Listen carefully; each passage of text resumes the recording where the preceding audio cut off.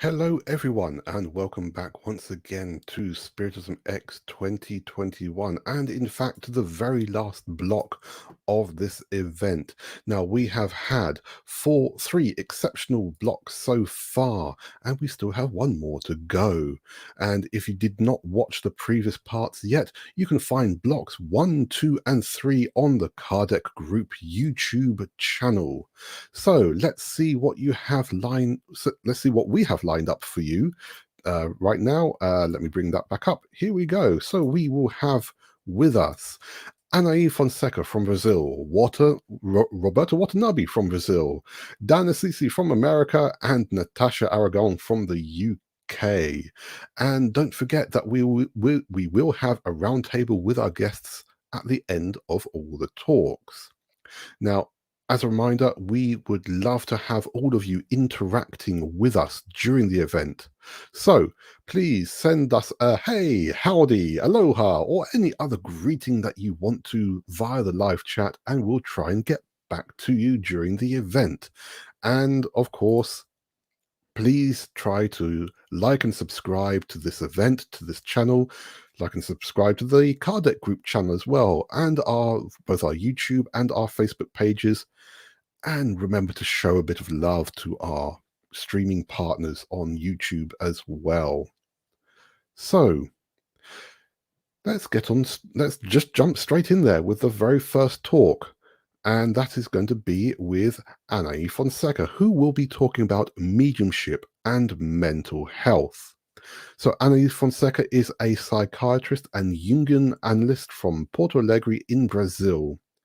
She is the coordinator and founding member of the Department of Psychiatry and Spirituality of the Psychiatric Association of Rio Grande do Sul, Brazil, and coordinator of the Department of Analytical Psychology and Spirituality of the Brazilian Jungian Association.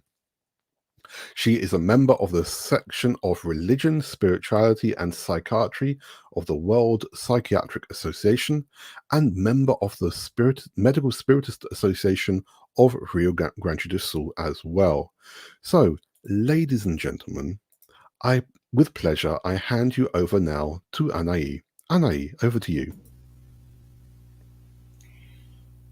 Hello, everybody.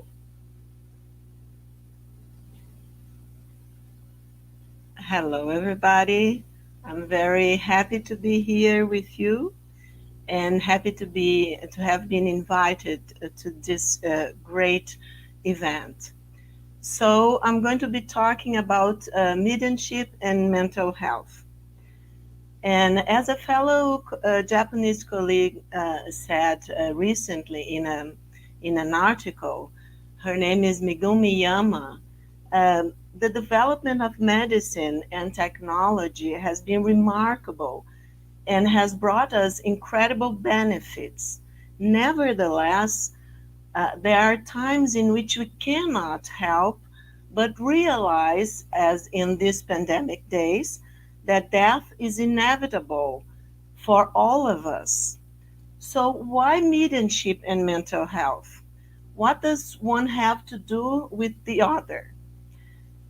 So let's see a little bit of this. I brought you an image of the movie Winter's Tale. If you guys haven't seen it yet, I really recommend the movie. And in the movie, in the end, it's not spoiler alert, but I mean, this is really a great talk in the end of the movie. So I wanted to share with you. What if we are all unique and the universe loves us all equally, so much so that it bends over backwards across the centuries for each and every one of us? And sometimes we are just lucky enough to see it. No life is more important than another, and nothing has been without purpose. Nothing. No, what if we are all part of a great pattern that we may someday understand? And one day, when we are alone and capable of doing what we were supposed to do by ourselves, we get to rise up and reunite with those we have loved the most forever embraced. So this is just for us to start thinking together about this exciting issue. So the definition of mediumship, just for us to remember, is the practice of mediating communication between spirits of the dead and living human beings, right? So, but why? Does it make us mentally healthier? So I brought a small case report. It's not small, actually, it's very big. It has been published, and it's a kind of complex. But for here, I made it small so we can think together. I call it the sacred medallion. So M is the name of the patient, was a middle-aged housewife with important artistic gifts, married, two children, studying at university. The eldest son with clinical presentation of depression and anxiety post-use of cannabis. The son's behavior became progressively aggressive towards his mother, including death threats. M's had feelings of fear, humiliation, helplessness, and concern for her son. Upon starting psychotherapy, M was frail, insecure as how to act, and tearful. She felt diminished as a mother and very guilty. M had been a very cheerful and sensitive young woman. She enjoyed poetry, contact with nature, arts, and music. Her mother had become an orphan at age 3 and had been raised in a boarding school run by nuns. She was much devoted to St. Mary. Since M was a child, there had happened to her phenomena that she couldn't explain. And then she has this dream. I am in my apartment where a party or something of the sort is taking place. And everyone seems happy. You then arrive. My mother hugs you and begins showing you the place.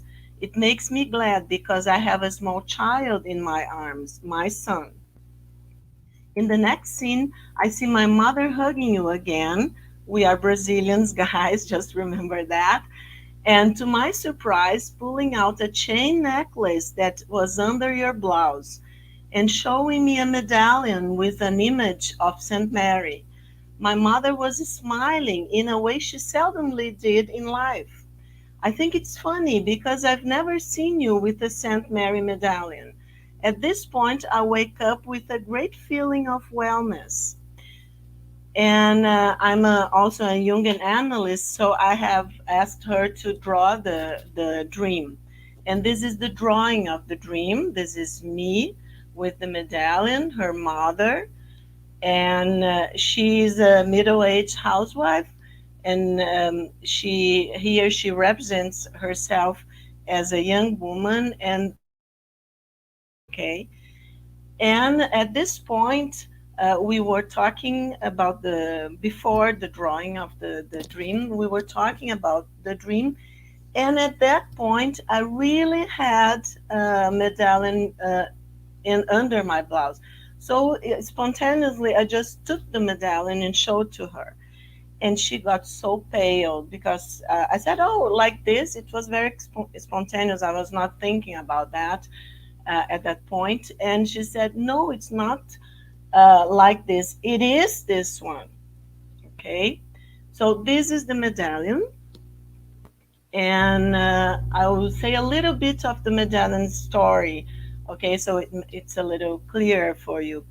So the therapist's grandmother, deceased for 30 years, had been, at that point, had been a very strong woman who, according to family accounts, had built her house with her own hands.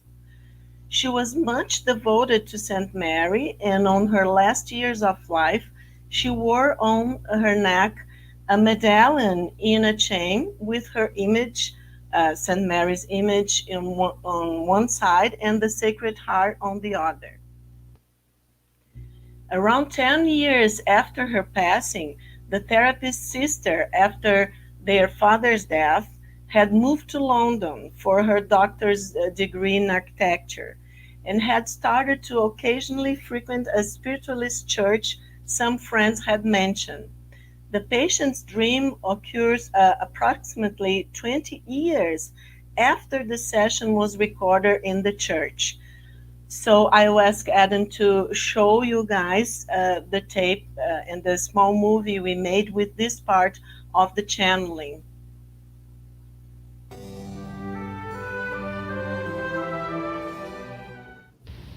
She used to wear sometimes, she's pointing here in a pose, because she couldn't handle it. She's looking somewhat here in the body got that pose. She would have liked you to. Will you find out, please? Yeah, because she used to hold her hand over it. You know, it was very precious to her. And I feel this pose would be a lovely connection between you and your grandmother. Okay? It's like you touch it and you connect to her. It's got her energy on it. Because she got a lot of strength from it. You know, from that pose, what it symbolized, the symbol of it. You know, and this is why she said it lies in the chateau or in a box. She said somebody got it, it's in the box. Has your aunt got it? I think your aunt, she's talking about your aunt. Yeah, but it's like, if she's not wearing it, suggest perhaps you say, could I have it? You know, do you see, or leave it to me when you go type of thing. You know, sometimes people might say have it, but I feel I want to broach the subject and let me know. It's because it's, I mean, there's a lot of, she was a very strong woman, mentally very strong. And again, you have this mental discipline and that strength.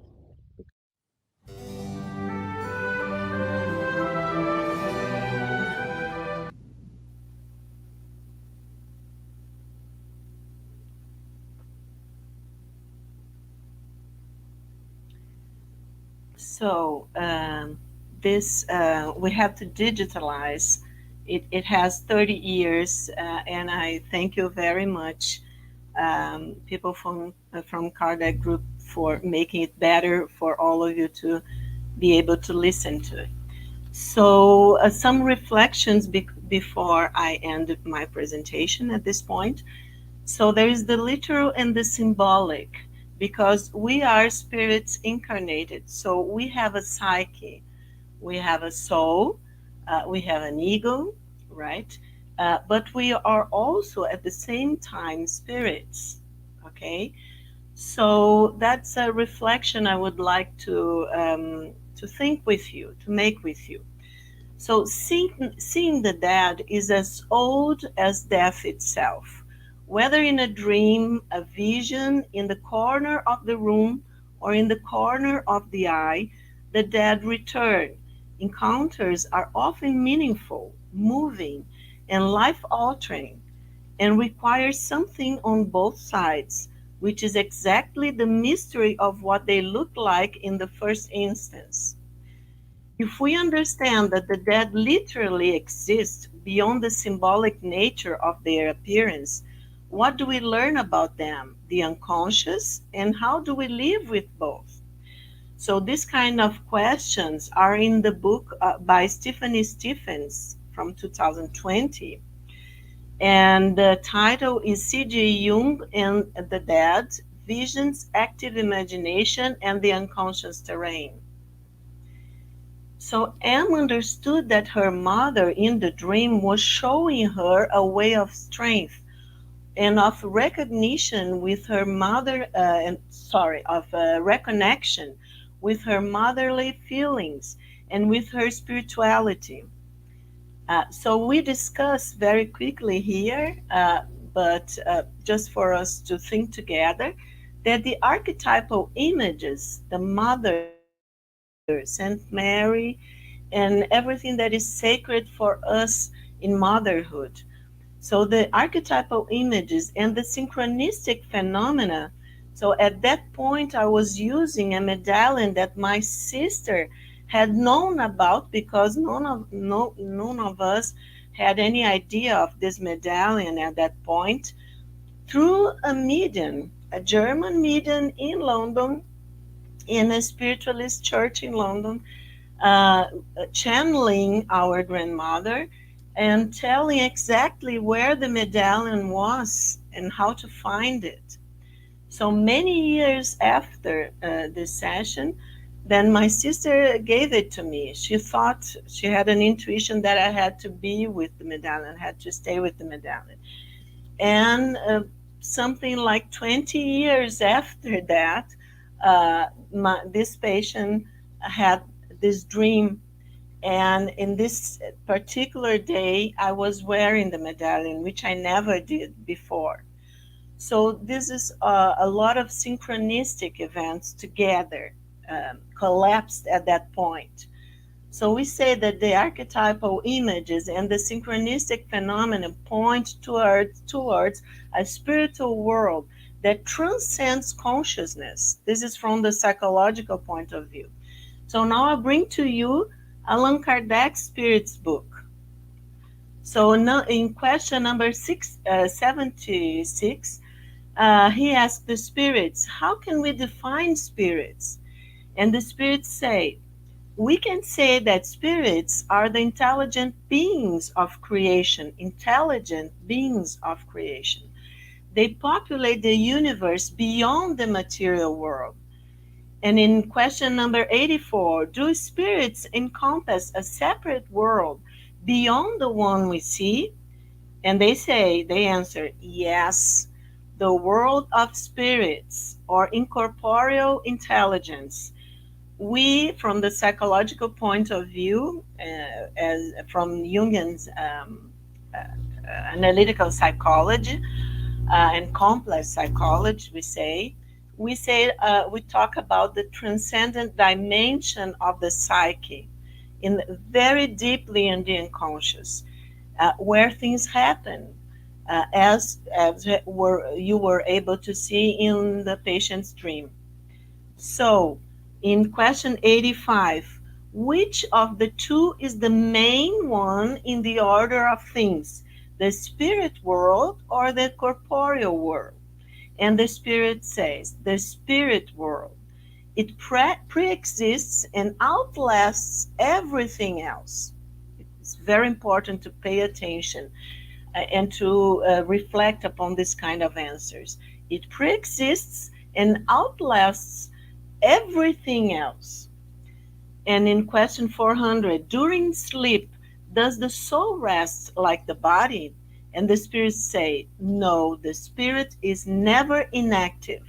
During sleep, the bonds that link him to body are loosened, and the spirit travels through space and enters into a more direct connection with other spirits. So you can see we have our conscious, we have our conscious mind, the one that is talking to you now, my ego, and the one in you that is listening to me. We have all our complex and our, like Freud said, our personal unconscious, where we have this symbolic life, but we do have a deeper unconscious where we are able to connect with the transcendent and with the spirits. That's why mediumship we have to develop, to educate, and we have to discipline our mediumship capacity to be able to connect with the spirits and to so that the ego is lessened. It's a little less paying attention to everything else and not this channeling. Okay, so we have to discipline very much the ego, and we have to discipline our mediumship. So, and now finishing my presentation, this is a small, it's from Carl Jung, a small sentence from his collective works. The belief in immortality bestows upon life a tranquil fluidity towards the future, indispensable to avoid stagnations and setbacks. From the psychological point of view, it pertains to emotional experiences. To make one's own experience is a charisma no other human art can obtain by force. To hand oneself over without reservations is the only hope to obtain it. And the last slide that I want to show to you, it's by Ellen Graves. I love this book and recommend strongly The Wheel of Eternity. Actually, I bought it in London. And she says at some point, life progresses. Evolution advances on all levels. The wider and more complete the expansion of tolerance, understanding, and forgiveness, the stronger and more powerful will be the race of spiritual progress that will intensify man's evolution.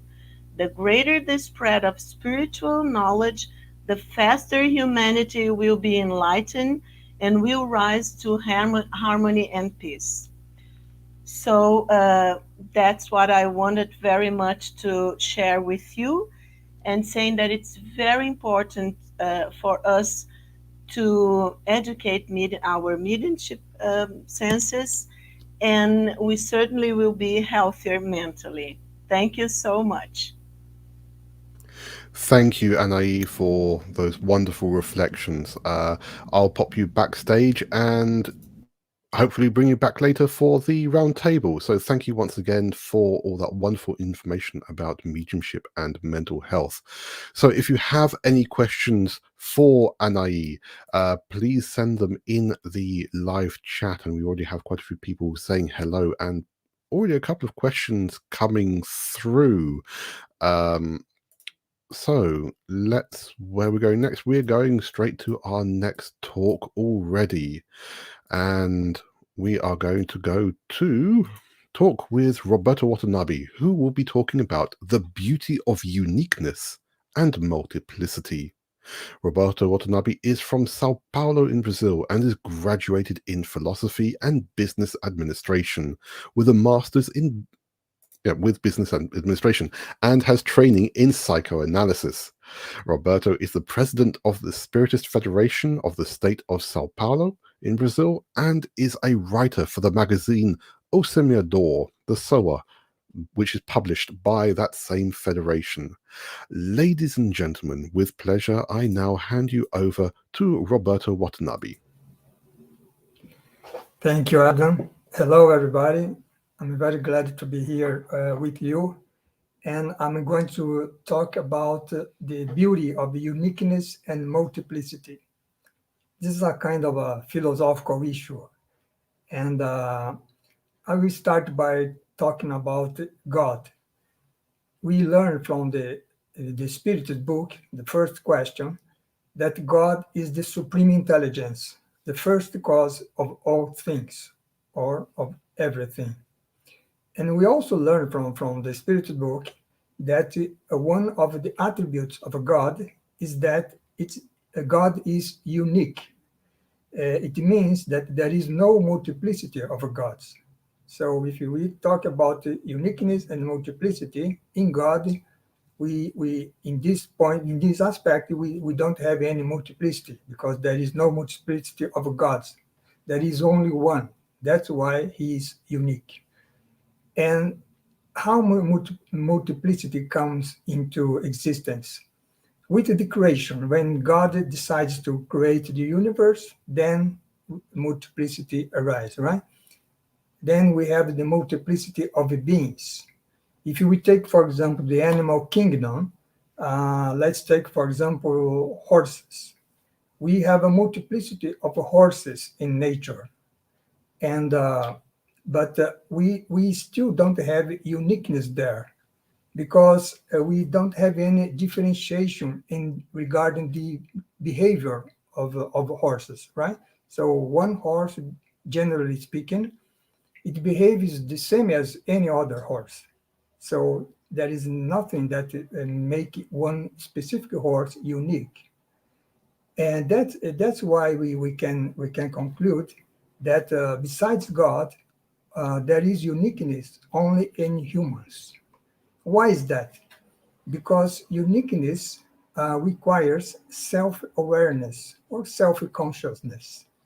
And this self-consciousness is the basis for differentiation among individuals. It's we can say it's this idiosyncrasies that each one of us carry.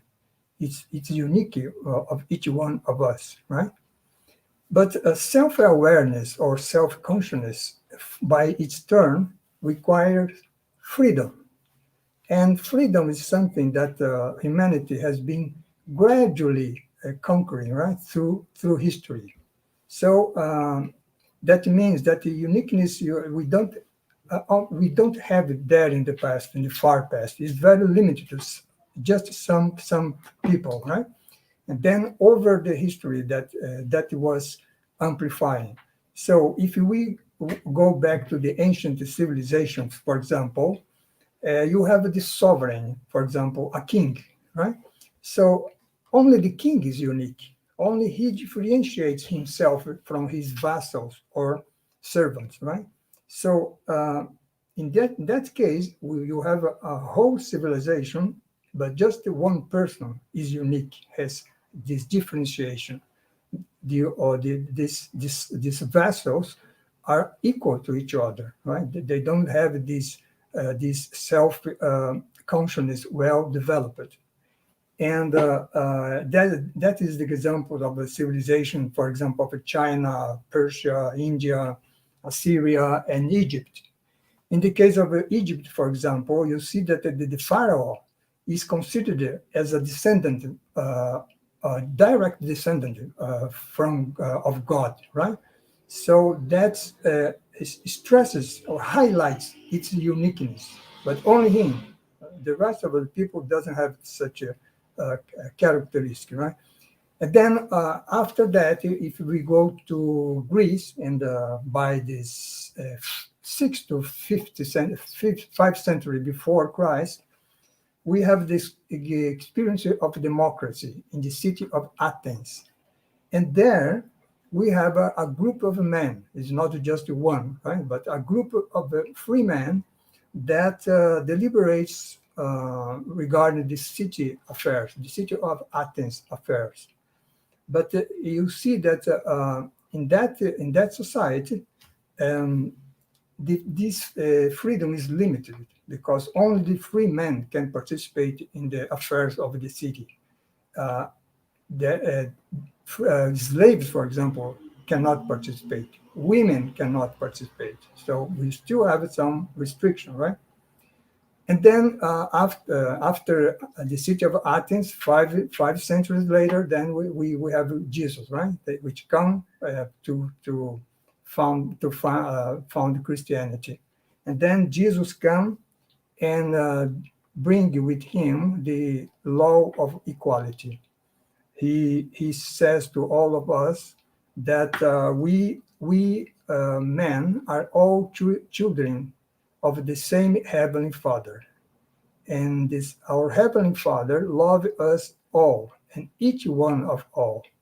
There is no one which is loved more than the other by God, right? He loves us all equally. So here we have this idea behind this idea of equality is the idea of freedom, right?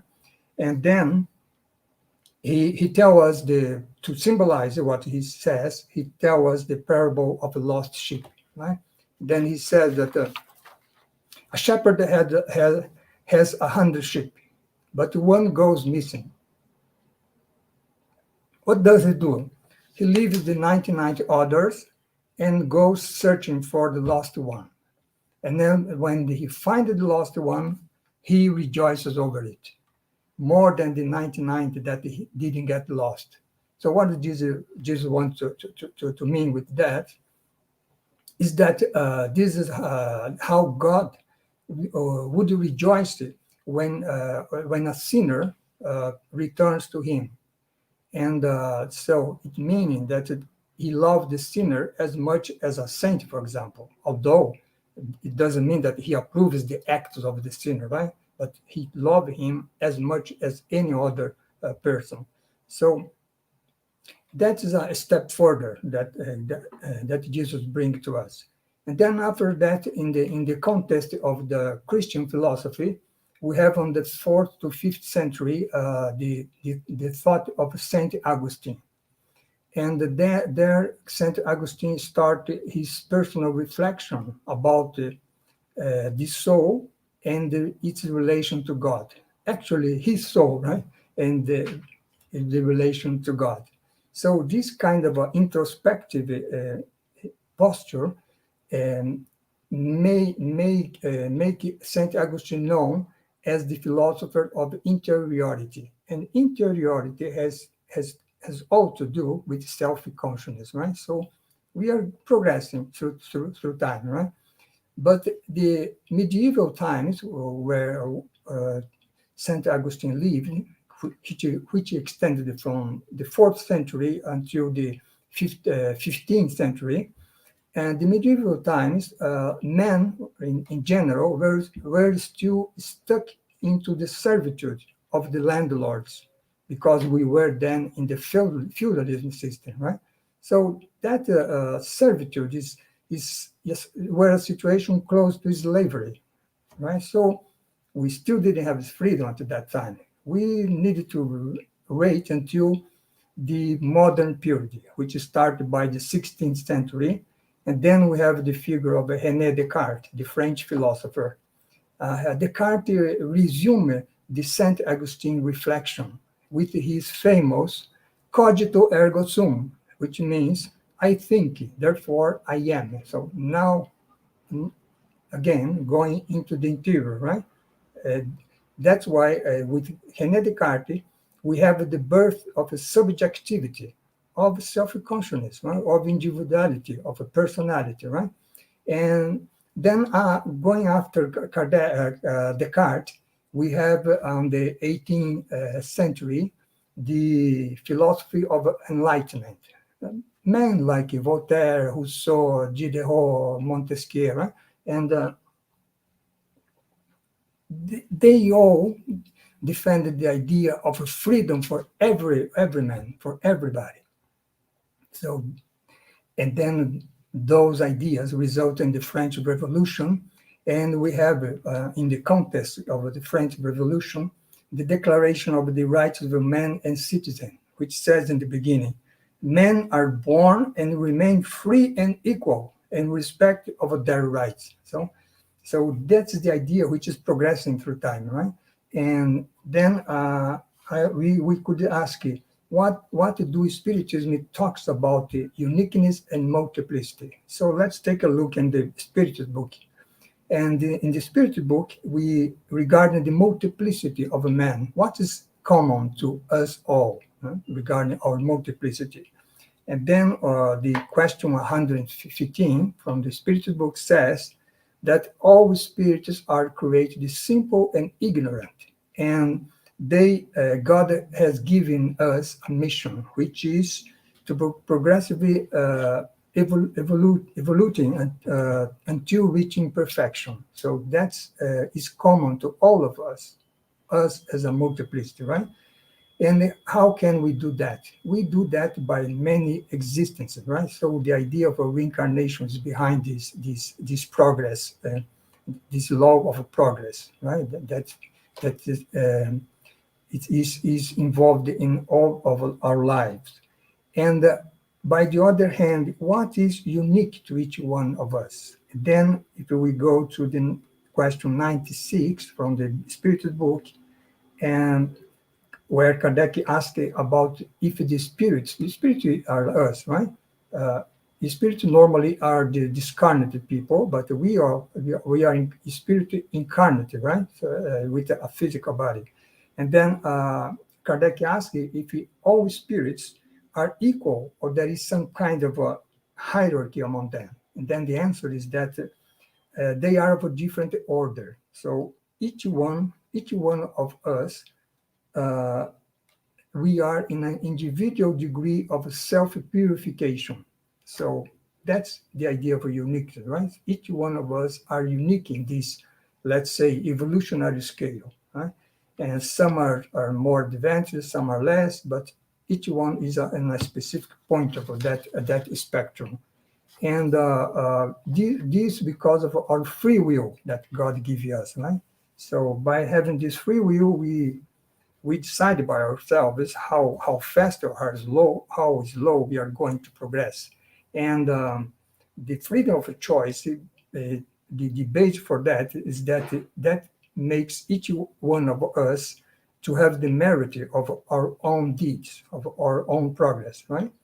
And the interesting thing that we see in the Spirit book, going now back to the multiplicity, is that since all of us must progress, we do that the progress in every way. It means the question 202 says, since we must progress in every way, each sex, like each social position, offers us opportunities to acquire experience.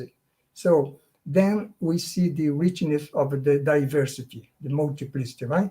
We go through many reincarnations, many lives, and then we go through many ethnicity, gender, men, women, sexuality, religion, ability, disability. So many a diversity of a situation that we live, and from that we acquire experience. Then we evolve as a spirit, right?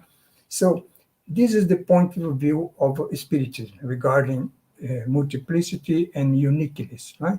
So at the end, what we could ask, what is the reality today, right? So we can summarize and make a kind of a wrap up. We could say that Jesus brought us the idea of equality, right? But we still live with the deep inequalities in our world. That is clear, right? And we can see every day on the news. Philosophy of enlightenment universalized the idea of freedom to everyone, to everybody. But we still have in our world brothers living under oppression. So, and what about fraternity? Fraternity is still lacking at all in our world because of its selfishness, right?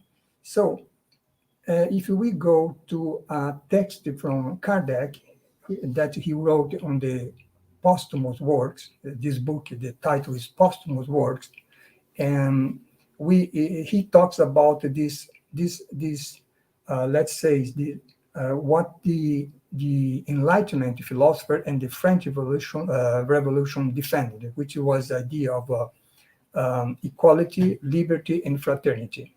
And there Kardec says that the sentiment of fraternity should bind us all, because in fraternity, what is fraternity? Fraternity is we can understand through the application of the maxim, which were also brought by Jesus, which says, "Do unto others what you want others do unto you." So this is the basis of fraternity. And what is important that Kardec says in this text is that fraternity is the basis for equality. Equality derives from fraternity. If I see my neighbor as equal to me, then I have this fraternal sentiment to him, right? And vice versa, reciprocally. And from equality and fraternity together, they are the basis for freedom or liberty, right? So you see that they are all connected. Fraternity on the basis, then equality, and then equality with the fraternity, you have freedom. So then Kardec says, by helping each other, we'll go faster to our common goal. Our common goal, the relative perfection, as we already saw in the Spiritist book, right? And then by doing that, the long-awaited world of regeneration, which we are now going through a planetary transition, we say, and going forward to a world of regeneration.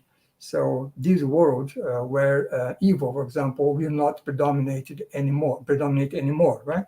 So this world of regeneration will become true for us, for our humanity, we as humanity as a whole, only when each of us, so the multiplicity, which is humanity, will reach the world of regeneration when each one of us, uniquely, right, carries out our moral transformation. So that is something that I would like to talk today about this interesting issue. And I will conclude with quoting from that Adam made to me in an email. And the quoting is, "The multiplicity of the uniqueness of everyone is what helps us grow and evolve as individuals and as a collective." So that's exactly what we just saw in the Kardec's test, right? So that, I think, is the beauty of the uniqueness and multiplicity. Thank you for watching. Thank you so much, Roberto, for that very insightful talk. I'll put you backstage and we'll bring you back later for the round table. So, ladies and gentlemen, if you have any questions at all for Roberto Watanabe or Anahy Fonseca, please put them in the live chat, which will be either on the right hand side or below, depending on how you're watching us today.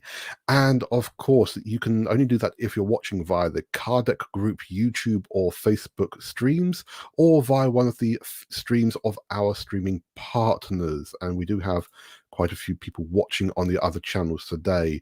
If you're watching on something that's been shared elsewhere, we might not be able to see your specific comments.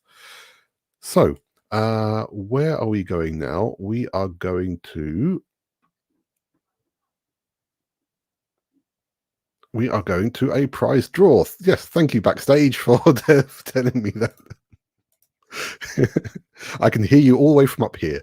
So we are going now to our prize draw. So we're going to have this a little bit earlier this time to give more people a bit more time to reply, to let us know that they're watching live. So how's it going to work? If you are one of the people who registered in advance of the event and you signed up to be entered into the prize draw, we're now going to choose your name at random. If your name is chosen, please let us know that you're watching live. Otherwise, we will choose another name in a moment. So let's bring up the little spinning wheel of fortune. Let's go. Let's see who's going to win this time. Off we go. Round and round and round. Sandra dos Jimenez. If you are watching live with us, or if you know of Sandra, please send us a message ASAP via the live chat, or find someone else who can send us a message ASAP via the live chat. Otherwise, we will choose another name later. Okay, and obviously what you're going to win, a bundle of Spiritist books. Okay, yes, Sandra's with us. Way, well done, congratulations. You have won a bundle of Spiritist books. We will contact you later to arrange that. Wonderful. We have our 4 lucky winners, and so they will be winning. They will be receiving a bundle of Spiritist books, including potentially, as a donation from Mr. Dan Assisi, an audio book. An audio book copy of his latest book, which we'll talk about in a little bit. So, that's great. We now have 4 winners. Congratulations to all those wonderful people. So now we have, again, last opportunity to talk about our fundraising campaign. Grupo Espírita Sheila in Salvador, run by Florencio Anton, and Instituto Multidimensional in Curitiba, run by Daniel Rossi, are both non-profit organizations which support their local poor communities in Brazil. Both of these groups work really hard, and we mean really, really hard, to provide educational and social care, different activities, food bundles, baby boxes, things to keep kids off the street, things to keep adults in work and occupied as well, housing, for people who can't get this thing anywhere else. And obviously during the pandemic, their needs have been incredibly high, and the resources that they have received have been incredibly low. So Florencio and Daniel, they work tirelessly to support their respective communities, and it's only right that we help them. Us here at Kardec Group, we want to help, and these boys really deserve it, and the wonderful people that they work with deserve it as well. So if you can spare 20, 10 or £5 a month, because that's all it takes, if you can spare just a small amount each month, then please, please, please come to www.kardec.org.uk/high5. You know, that a high five, you know, that wonderful feeling you get when you accomplish something really good. And we want to give that same feeling to everyone else. So a small amount each month really makes a huge difference. You cannot believe, especially with the exchange rate right now, it's really worth it. So please, please, please, please, please, please, 5, 10, 20, £5, or whatever you want to give, because these two groups will make sure that kids are off the street and are in safe activities, that families have food on their table, that people have secure homes to live in.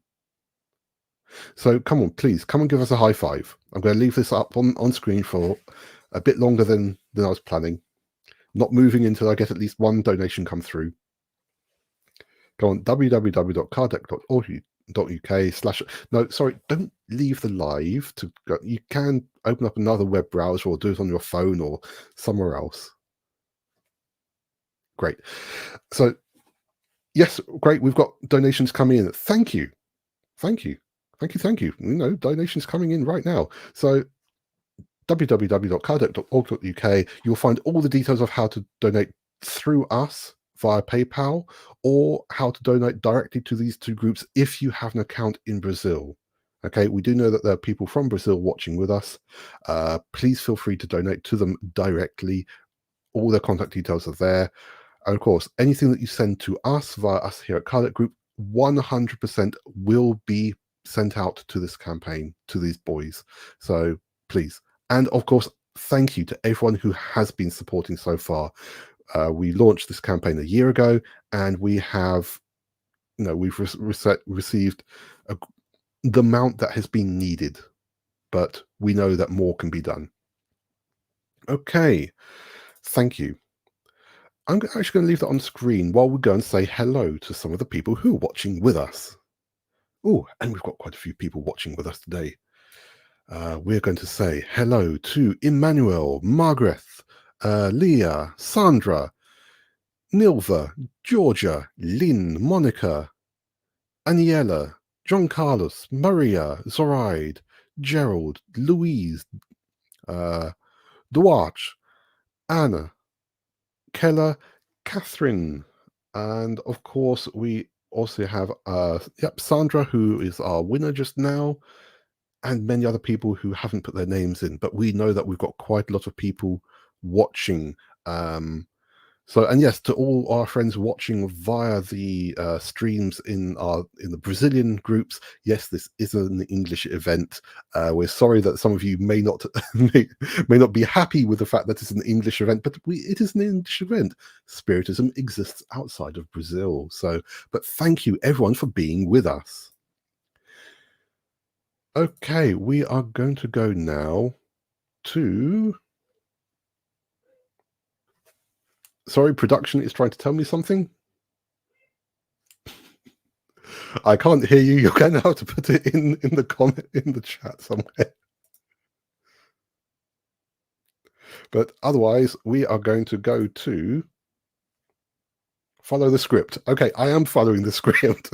You're telling me to follow the script, and you're distracting me. So, but thank you backstage. You've been helping such a huge amount.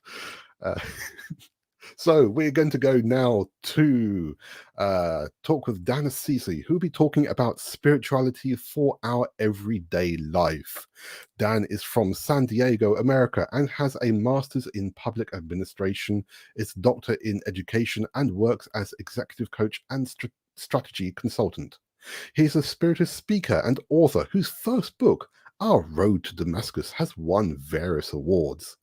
Dan is the founder of the Spiritist Institute, the executive director of the California Spiritist Association, and host of the Spiritist Conversations podcast.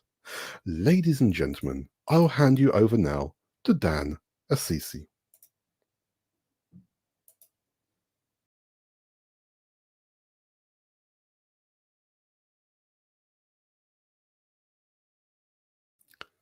Dan, you're up and you're on mute.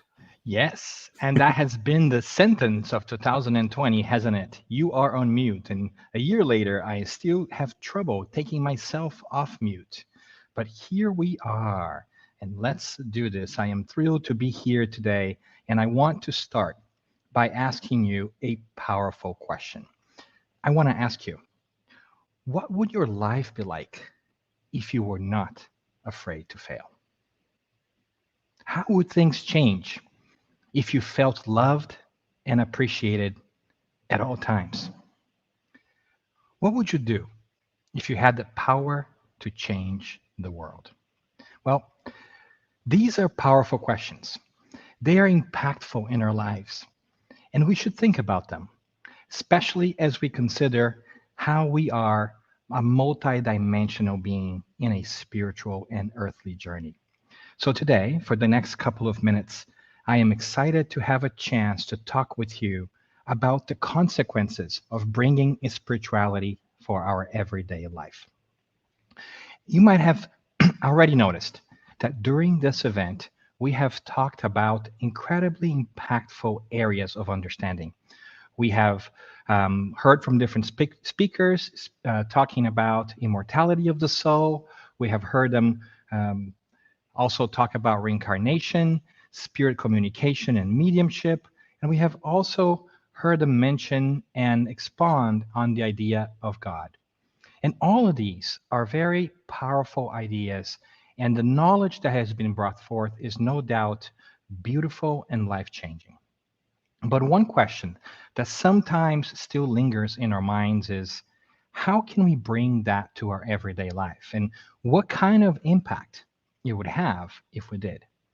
So today, I get to ask these different difficult but powerful questions of you and of all of us, really, so that we can imagine what it would be like to bring this knowledge of spirituality in general to our everyday being.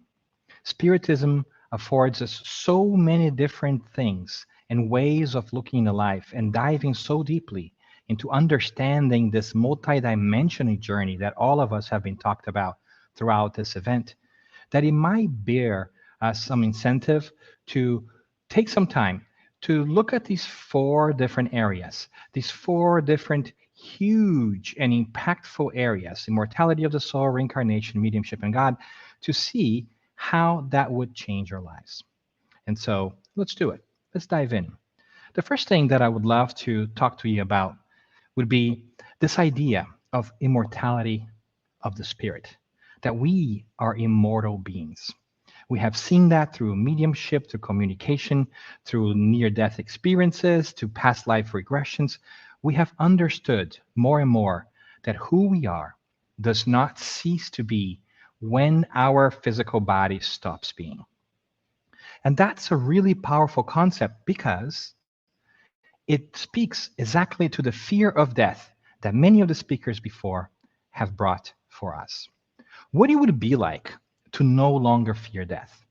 What would it have been like to go through, for instance, this COVID pandemic without the incredible anxiety we have felt about losing our physical lives? What if we internalize this idea and this feeling that we are true immortal beings, that even if we were to lose our physical lives, we would not cease to be who we are, and those who we care about would not cease to be who they are? How would that change the way we behave and lead our lives? Would we be able perhaps to not answer the calling of fear and change the way we conduct ourselves? Would we be happier or less anxious?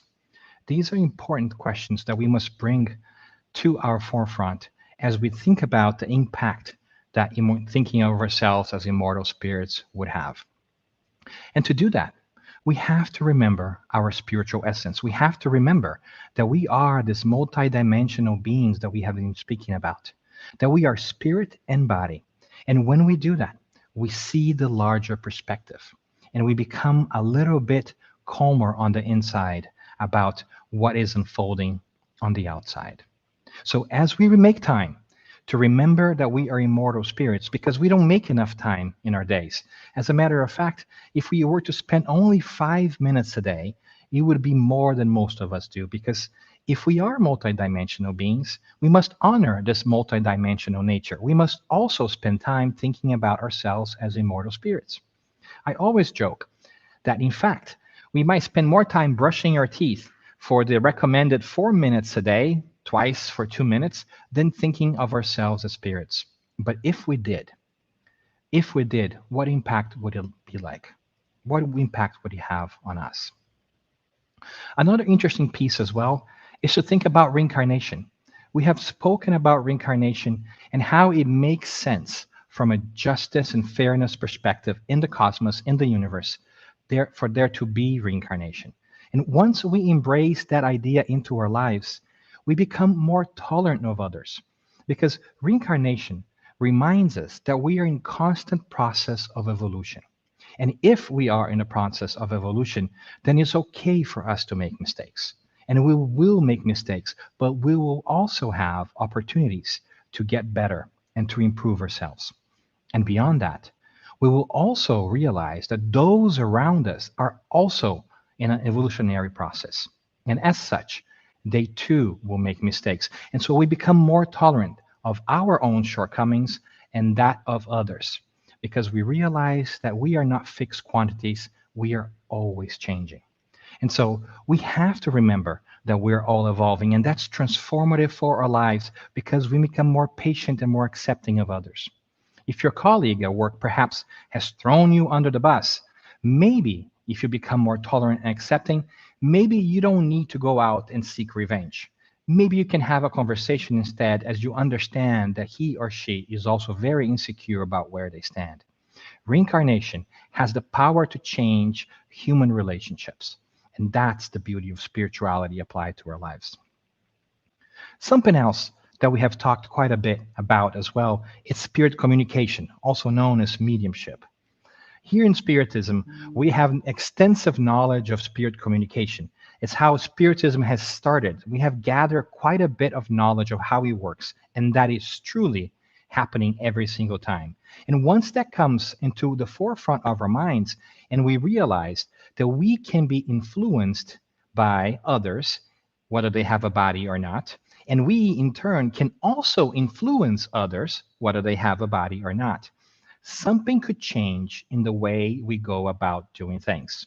We start to think more deeply about how do we make decisions, and am I truly behaving the way that I want to, or am I being influenced by others? And how am I using my own influence in the world? How am I making this a better place for all of us? Because if we are multidimensional beings, spoiler alert, we are, then the fact that we live in these 2 dimensions means that we are affecting and changing, contributing to these 2 dimensions. And that is powerful knowledge. We often think about how we are being influenced, but we seldom remember how we're actually influencing those around us. So how are we changing our behaviors? Are we building better relationships with those around us? Are we, in fact, understanding the impact that we have in the world? Should we behave differently because of that? These are some considerations that come about when we start to think about spirit communication more frequently in our everyday lives. But it doesn't end there, friends. One more thing that is also good for us to talk about is the concept of God. We throw this word around as if it were something normal and everyday, but do we truly think about God and the impact that the belief in God has in our lives? If we did, would we perhaps understand that all of us are bound together by links of kinship and not competition? If we understand that we were all created as children of God, that automatically makes us siblings. And in the process, of understanding that, of internalizing that, we ought to become more tolerant with those around us, because we are not competing with each other for attention and love. Because an all-loving God does not prefer some children over others. We are all loved and accepted at all times, just the way we are. And that is such an important moment to freeze in time, in our minds and in our hearts, because oftentimes we do so many things that otherwise we would not have done because we seek attention and acceptance from others. But what if you were reminded? What if in your heart there was space for the certainty that God loves you at all times and all of humanity is your kin? Would you be perhaps a little bit calmer during the day? Would you feel like people are not out to get you? How would that change your life? And how would it change your relations with others as well? These are important ideas that we have to bring to our everyday life. And we have to consider the consequences of everything that we are learning. Because after all, if we are just gaining knowledge, but we are not applying it to our everyday life, what is the point? What if I were to tell you that you have $1 billion in your bank account, but you can never touch it or use it? Would it really be helpful? What if I were to tell you that you had the house or the car of your dreams, but you could never drive it or use that house? Would it really be helpful to you? Would you really enjoy it? Thus is the same question we pose today about spirituality. What are we going to do with all these wonderful treasures that we have been constantly exposed to and are becoming more and more aware of in our daily lives? How will they transform our lives? How would your life be different if you no longer fear death? How would you have behaved during this pandemic if you were not careless, but more at ease with the idea that even if you were to lose your physical body, even if somebody you care about were to lose their physical bodies, you still could be in contact with them. You would still love them and they would still love you, because after all, the bonds that tie us as immortal spirits don't vanquish, don't end, don't perish because we've lost our physical body. We have proof of that through Spiritism and through mediumship. Isn't that a life-changing awareness? How would your life be different if you were more accepting of self of others? How would you be and behave if you internalize the idea that reincarnation is a reality and therefore we're all learning and we are here to learn? And that means we are going to make mistakes. We are going to mess up. And in the process, we might even hurt each other. But we are not doing that on purpose. We're just trying to be happy and better.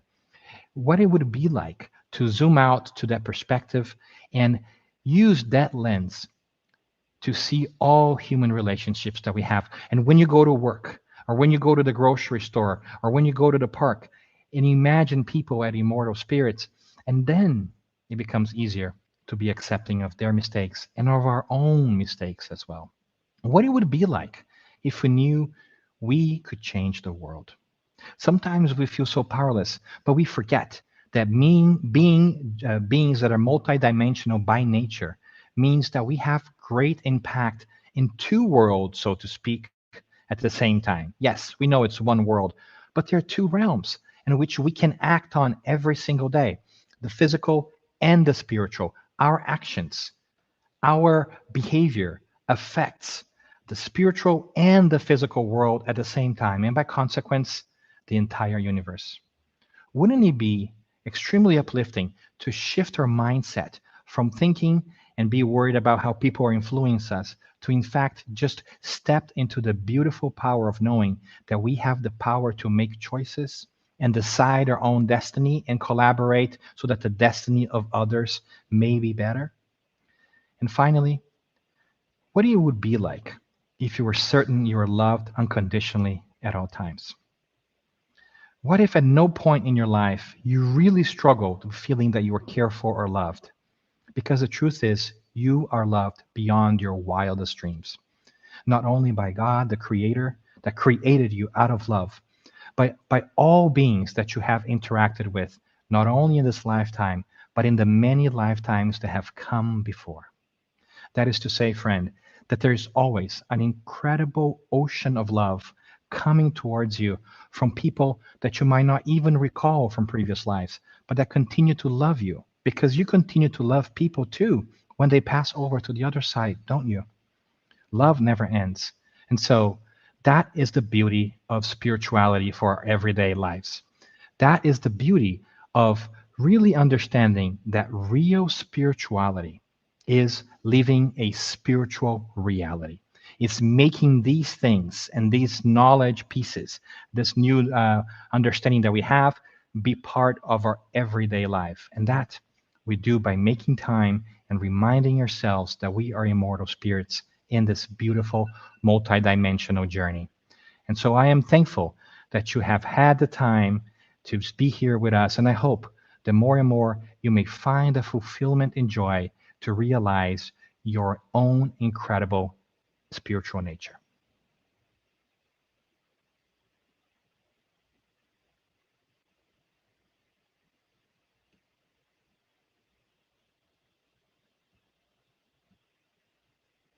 I was on mute myself. There we go. That's karma for you. It's an instant karma. So thank you, Dan, for being with us and for those wonderful words. And we'll talk to you in a little bit in the round table. Thank you for being with us. So, ladies and gentlemen, again, if you have any questions for Dan, for Roberto, or for Anahy, please send them via the live chat. And we've got quite a few questions coming through already. So, where we go now, we are now going to our last talk of this event, of this block and this event, and that is going to be with Natasha Aragão. So, Natasha will be talking about ecological sustainability, caring for our planetary home. Natasha Aragão is an environmental consultant from Oxford in the UK and worked with environmental and social studies in developing countries for many years, having lived in many parts of the world, and is passionate about her work. Natasha has been involved in several Spiritist and Spiritualist centres, and for the past 10 years has been the coordinator of the Oxford Spiritist Study Group in the UK, which is only a stone's throw away from us here. So our carbon footprint for this last talk is very small indeed. Ladies and gentlemen, I hand you over now to Natasha.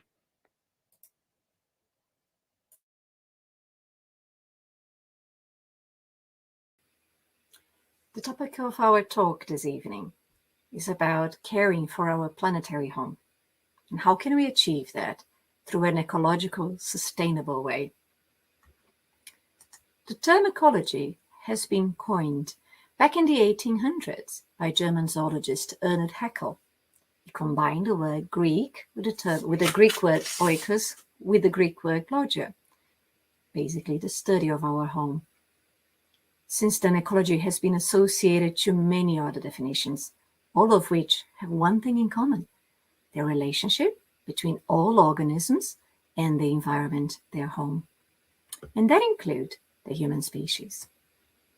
When we think about our planet as our home, it becomes much more personal, much closer, and it puts us in the same level as any other species that inhabited this planet.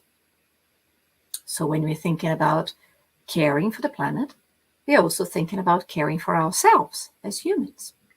I am an environmental consultant, and when I first started working in developing countries with coastal and rural communities, I noticed that those very big fancy words, ecology and sustainability, were beyond the realm of academic studies. These were real issues for these communities, and they had sound knowledge of it, because for them it was a day-to-day reality. For a small-scale farmer or a fisherman, a small change in the environment or in climate is the difference between going to bed hungry or being able to provide for their families. And this work has showed me how ecology and resources are interconnected. They're interlinked. I started working as an ecologist. I ended up working doing social economic studies because they were all and the same thing. We need to move away from the image that we have, that humans are the sovereign ruler of the rest of creation, to another paradigm, that of a universal family. Taking care of our planet is taking care of ourselves. First and foremost, it is our responsibility to look after those who are in need of help. The truth is, our current economic model, it prioritizes the accumulation of wealth. It disregards the responsibility towards those who are most vulnerable. And it is the same model that is depleting our resources. It's changing the climate and is bringing species to the brink of extinction. The conventional development, we know it's not sustainable, but it is our drive to earn, accumulate, possess. We tend to turn a blind eye to the consequences of those actions, not only to the environment, but to other human beings, including those who are yet to be born. And the major contributing factors are our own negative attributes as humans. Our ego, our self-centeredness, our greed for material wealth and power. And as long as the root cause remains unchanged, no matter how much we invest in technology and political reforms, sustainability and sustainable development will remain far from reality. So there's a need to change the human mind, and for all of us to live a simple life in harmony with society and the environment. This is not a new idea. Back in 1872, in the book Genesis, Allan Kardec has raised this issue, how the fact that although material well-being has been very well achieved by the progress of society back then, there was yet lots of progress to be made. What people need nowadays is not only the development of their intelligence, but the elevation of their sentiment. And for this, they must do away with everything that incites their selfishness and pride. In 2015, Pope Francis have raised similar issues, where he was explaining that we need to have what the Bible would call a change of heart. We need to change our attitudes. When we speak of sustainability, we cannot overlook how important it is to include and to listen to all voices, especially those who are excluded for this type of discussions, such as the voice of poor people, immigrants, indigenous people, and the young. We might even say from nature as well. Now, why is it that we have such a big problem listening to those who are beyond us? Why is it that we have so much poverty in Earth? Well, Allan Kardec has asked these same questions back in the 1800s. And the response that we found on the book, the Spiritist book, is that human beings often accuse nature of what is truly the direct consequence of their own nearsightedness. If human beings could simply be more content with what is necessary, the earth would always provide it. And if it does not provide it, it's because we are going beyond our necessities. We are trying to supply luxuries when we should only be looking for our necessities. When half of the world products are squandered in gratifying impulses, wishes, and demands, should humans be astonished when they run out? Do they have any room to complain if we are poorly equipped? Nature is not careless, but humans do not know how to control their use of their resources. Have we learned anything? 1857. So it looks like that despite the fact that we have moved forward, there's still a very long way to go. Some of you might be aware that at the beginning of this month, the COP26 was taking place here in the UK. Now, the COP, this conference of the parties, was aiming to reduce the Earth's average temperatures, which has been increasing gradually, to something that is more acceptable. Now, the reason behind this increase in temperature are many, including the burning of fossil fuels, deforestation, but also the very steep increase of populations. We have moved from 3 billion in 1960 to about almost 8 billion now in 2021. These institutional and political reforms and even technological solutions, they are all valid strategies and very important ones. But what is the role of us as individuals on this grand scheme of things? Well, despite the fact that decades of heavy investment in developing countries, the truth is that poverty, inequality, hunger, malnutrition, they're still rampant. And furthermore, there are many related miseries such as civil war, such as terrorism, various forms of other violent activities. They still remain in many parts of the world and perhaps on a growing scale. And all of this is associated to the unsustainable way that we deal with the world and we deal with the resources. There's a very, very popular slogan that says, when I change, the world will change. We need to acknowledge society and individuals as individuals, that our own spiritual limitations are the root cause of our failure to alleviate the problems that we face in our society.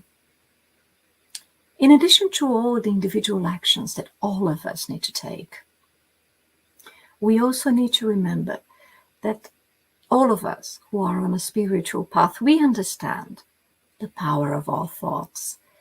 And because of that, we also understand how our thoughts create vibrations and how these affect everything around us. Our bodies, the people around us, but also they affect nature in itself. So for this reason, it's very important if all of us can find some quiet time for ourselves and also to look inside. You can call it prayer, self-reflection, contemplation, meditation, but we all need a short time every day to set aside our duties, our responsibilities.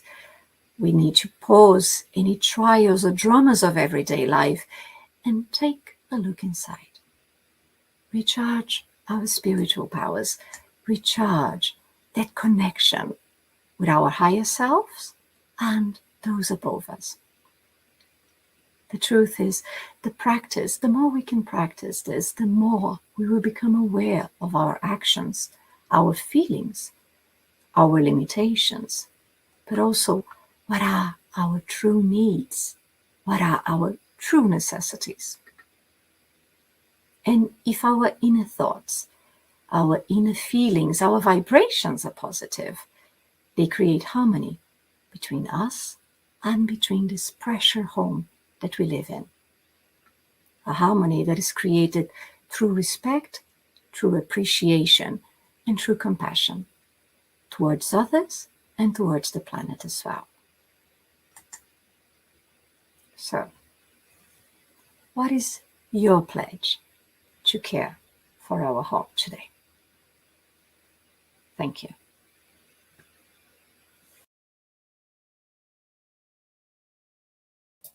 Thank you, Natasha, for that wonderful and very reflective talk, which straight to the point. But I think with things like ecology, climate change, we need to be straight to the point. Like Greta Thunberg has said, no more blah, blah, blah. So thank you so much for that talk, Natasha. And thank you also to Dan, Roberto, and Anahy for all your talks as well. And if you have any questions for them, now is your time to put them in the live chat. So remember, that is on the side or just below, no matter how, depending on what device you're using or how you're watching us. And you can only see your questions if you're watching via the Kardec Group YouTube channel or Facebook page, or via one of our streaming partners. So if it's on one of those official channels, then we can definitely see your comments and questions. We do have quite a few coming in, some interesting ones, definitely. Let's have another quick look to see who is with us today. We have, oh, and thank you also for everyone who's been donating to the High Five campaign and to the next campaign, which I'm going to talk about in a moment. So we have with us Don, Christina, Denise, Lolita, Maria, and quite a few others. So thank you again for everyone who's with us. Right, we have one last chance to talk about this new campaign, which is an official campaign, which Kardec Group is supporting. This is the Joanna Giangelis translation project. So for many of you who have heard of Joanna Giangelis, one of the spirits who comes through the Brazilian medium Givaldo Franco, her books are of a psychological nature and are quite in-depth and quite interesting. This is an official campaign run by the Brazilian Spiritist Medical Association, Mansão do Caminho, Centro Espírita Caminho da Redenção, and Editora Liel, and again is being supported by Kardec Group. Here is a short message from Gelson Luiz Roberto, coordinator of the Center for Spiritism and Psychology of the Brazilian Spiritist Medical Association, AMI Brazil, and to explain a little bit about this project. My friends, it is with great joy that we announce at this moment a joint effort of the whole Spiritist movement in favor of the translation of the works of the psychological series of Joanna Giangelis into English. This is a campaign that we from the Center for Psychology and Spiritism of AMI Brazil are conducting so that the benefactor's work may be translated by native English speakers and have the depth and seriousness it needs, as it is extremely complex material which requires a lot of care to be translated. We count on everyone for this campaign so that not only the benefactor's work, but other books related to the psychological series can reach as many people outside of Brazil as possible. We count on everyone. A big hug, and may the divine light bless us in this project. Thank you for Gelson for those really good words there.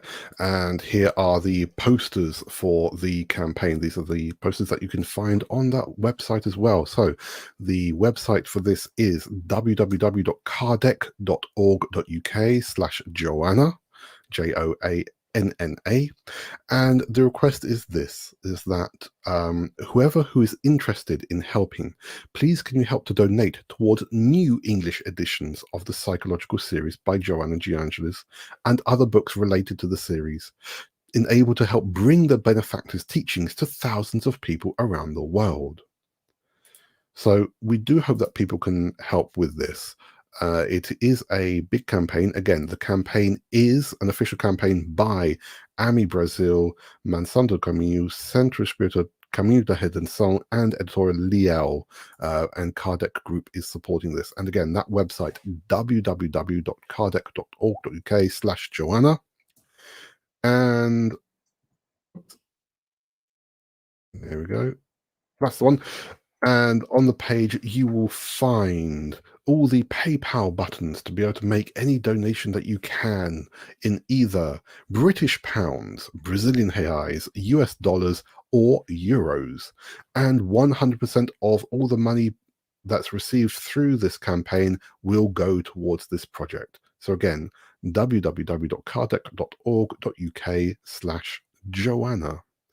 And it is a campaign that we are supporting. Thank you. And again, thank you to those who have been donating during the event. We have one or two people online with us already who have given us some very generous contributions. So thank you so much. Well, I think it's time for the last musical interlude of the event. And this is a very delicate piece called Impromptu, composed and performed by Thomas Gregory, who is a cellist, composer, and conductor. and he's created a method for learning music, which is learning musical instruments, which is called Vamouche. Now, we hope that you can just sit back, relax for the next few moments, and listen to this wonderful music, and we hope that you enjoy the video as well.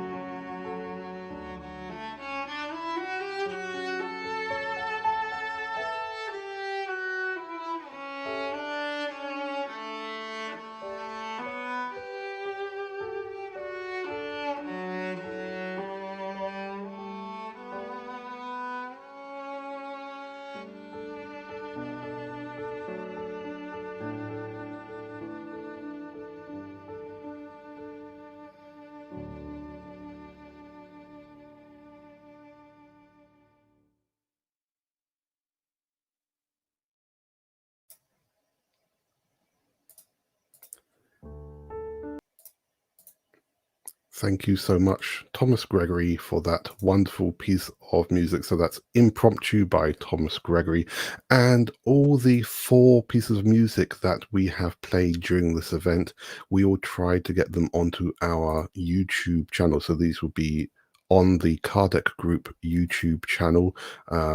We had a lot of fun making the little videos for them, and we're so thankful to Frederico Gouveia and Thomas Gregory for the music that they have provided.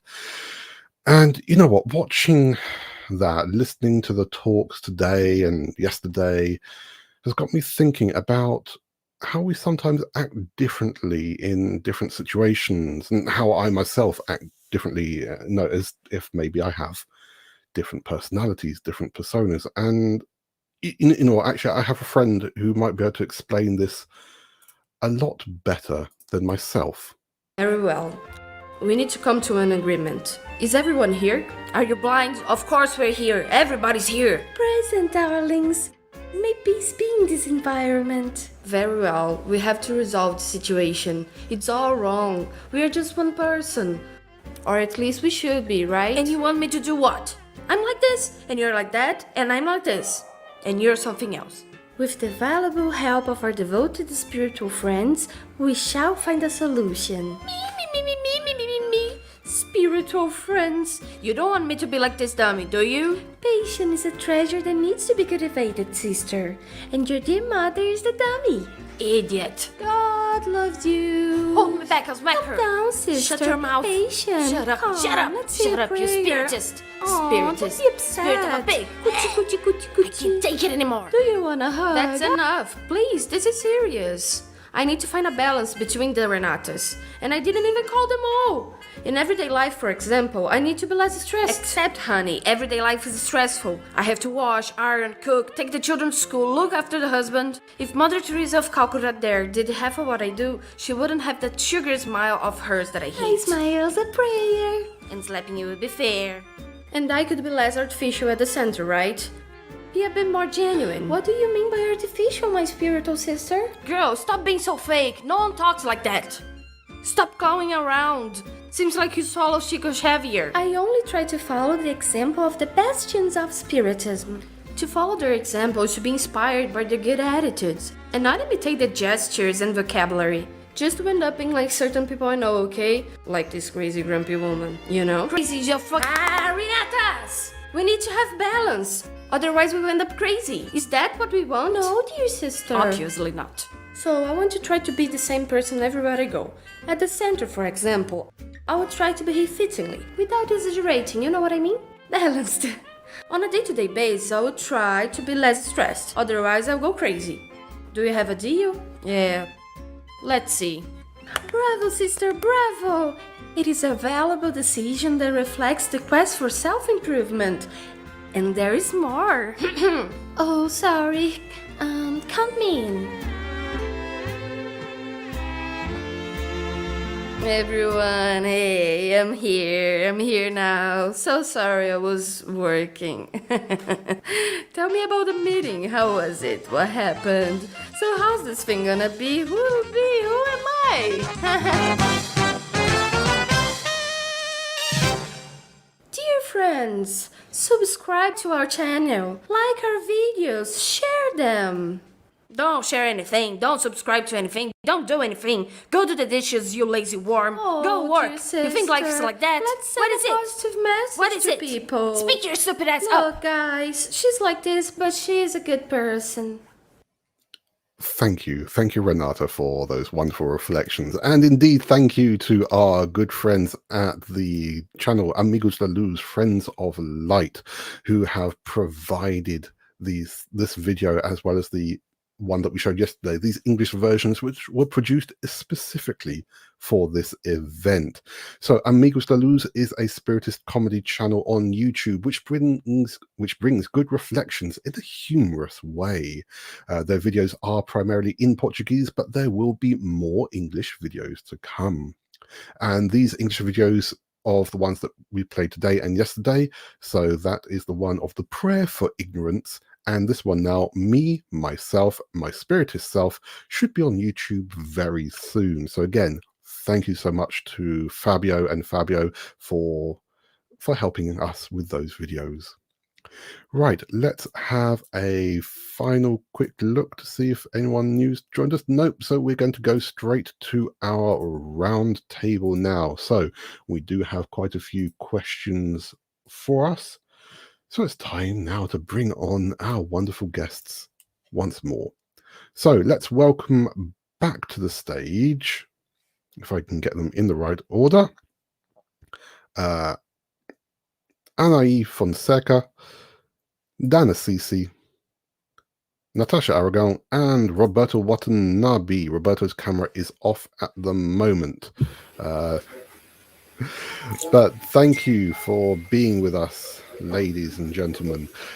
So we have quite a few questions here. Feel free to have your microphones on mute. There's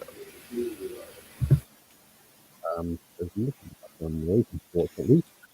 So let's go through and look at some of these questions. So who are we going to first? I think we'll go to Anahy first. Anahy, how common is it for mediums to develop mental health issues? Okay, can you guys hear me? Because I changed the microphones. Is that okay? Okay. So for me, it was a little low. Adam, can you ask again, please? How common is it for mediums to develop mental health issues? Okay, actually, it's quite common. Okay, especially if, for instance, the medium is not a disciplined person, if he hasn't or she hasn't disciplined the mediumship. And also, for instance, the person, because mediumship all of us have. It's like one. Remember the movie The Sixth Sense? So we all have mediumship, but the thing is that a little, it's more developed in some people than in others. But if the mediumship is very active or becoming active at some point in the person's life, and the person, for instance, resists, or in some way the ego defends itself from this development of mediumship, started seeing spirits or hearing. So if the person gets in a crisis or the person doesn't have, the cultural background, the spiritual religions background, then it's quite common to develop some kind of psychiatric problem. Yeah, and definitely, I think we can see in many books, including the Medium's book and Review Spirit, many pieces of advice regarding this as well. Okay, so Roberto, question for you here. Does everyone have the opportunity to reincarnate, even if they don't believe in God or in the same God? Actually, I think that may be for Dan as well. Yeah, for sure. Everybody has the opportunity to reincarnate, because this is a law, right? It's part of the moral laws that we study in the third book of the Spiritist book. And then there we have the law of progress. So the objective of us all, as we already saw today, is to reach perfection. And certainly that is not possible in just one incarnation. So that's why we need to reincarnate. And well, even if we don't believe in God, that happens anyway, because it's a kind of a law of nature. Let's put it that way, right? So, and also because, as I said in my speech, God loves everyone. Doesn't matter if he is a criminal or a saint, or don't believe in him or don't believe it. It doesn't matter, right? So he loves everybody. And then, or the third part of the question, if the person doesn't believe in the same God. Well, here we have this following situation. God has many names, depending on the belief of the person, right? In summary, all of us believe in a transcendent power. So this transcendent power has various names. You can name it God, you can name it Allah, you can name it Jehovah, you can name it Brahman, you can name it Tao, or whatever, right? So it is the same thing. So name it doesn't matter in this sense. So well, summarizing, yes, we all have the opportunity to reincarnate, and we need to do that. We must do that to reach perfection. Otherwise, we wouldn't do it, right? That's a good answer. Great, thank you. And Dan, did you want to give any contribution to that?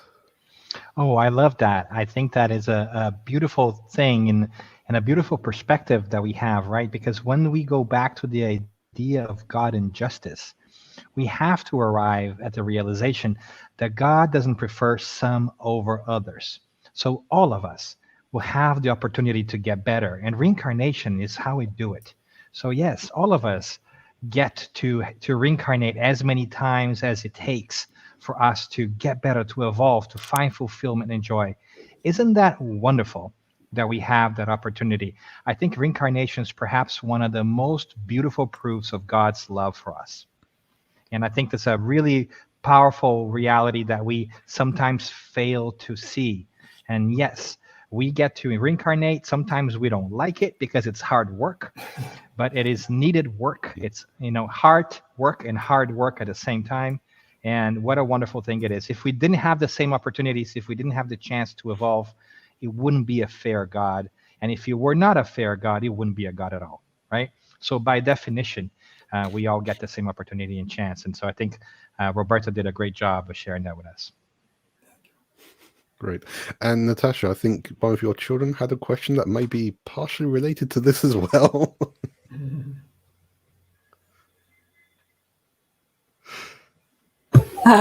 Yeah, Dan. So my children were sitting over here, not here, they're downstairs while we're having this live conference. And my 9-year-old wants to know, where is his question? He would like to know if dogs and plants also have souls, and can they become angels? Oh, I love that question. And that is a very thoughtful question from our young scholars over there, already thinking with their spiritual minds on. This is a topic that in Spiritism, we oftentimes like to study quite a bit. We all agree that for sure, plants and animals have a spiritual essence to them that is developing over time. It's just so happened that sometimes in Spiritism, we use the term soul to define that spirituality that has already achieved a certain level of rationality, reason, and free will. They definitely have a spiritual essence, and they are definitely growing towards perfection. So they too will move from plants and vegetables to animals, and then to human beings, and eventually to angels. All of us will get to that level of beauty.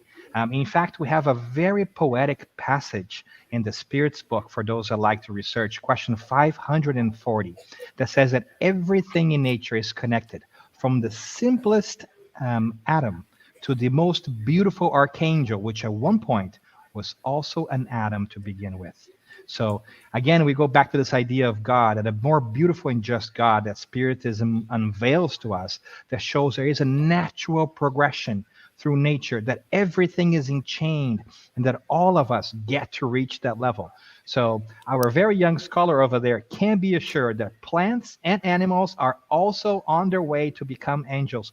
And that's why we also have to make sure that we're kind to them and helpful in their journey. Great. And just to emphasize that you said the simplest atom with a T, not so simplest Adam. I do count myself as a little bit simple from time to time, but there we go. Oh, right. You British people, you. Wow. Adam, can I just say something? Please. To what Natasha and Dan were saying, that it's very important that we know that revelation is progressive, revelation and evolution. So as we evolve, we also understand and get to understand, to know God better, because it depends on our evolution. The archangels, when we get there, we are all going to get there, we can really understand God and be with him in a fulfilling way. We are now traveling to this in this path. Just to complete that, I think it's great that this connection and to all the things on earth, it's very important that we get this message. Just wanted to stress this. Yeah. Can I also compliment? Please. Yeah, okay. So we say that plants, dogs, and humans, everybody, they have an intelligent principle, which is a general idea of a spirit with a small s. And then in plants, we have then as this intelligent principle. And then in animals, like dogs, horses, we see in the second book of the Spirited book, that Kardec asked if the animal had a soul, and the answer is yes, they have a soul, but obviously their souls is much less developed than the humans, because they are irrational, they are governed by instinct, and we as a spirit with a capital S, And we are individualization of that intelligent principle, and we are rational. We have intelligence. So this is a kind of evolution, like Dan said, right? So we go through the kingdoms, right? Mineral, vegetable, animal, and human as a different kingdom. If you can put it as a different kingdom. And so regarding the other part of the question, the son of Natasha asked if we can become angels being humans. Well, we cannot, because angels is, if we see the spirit scale that Kardec bring us in the question 100 from the Spirit book. We go from the impure spirit until the pure spirit. The pure spirit are what we call angels in the Catholic religion, right? So this condition of pure spirit is much far above us. So as humans, is not possible today, right? So angels only in the far future. That I would like to compliment. But we will get there. Oh yeah. We will get together. Yeah. Even us simple atoms. Yep. Jesus got there, right? Okay, let's go to a deeper question now. So question plus a little reflection about it. So this is mainly for Dan, but again, anyone who wants to give any extra information about it, please do. What is your advice to anyone who has discovered the feeling of freedom, realizing that life does not end, and actually can be more attracted to passing through this world a bit too quickly? I think it is known as voluntary suicide. I think it is a common phase, and it is not until you pass it that you realize what it means, but it could be too late for someone. Yes, that is a very deep and important question.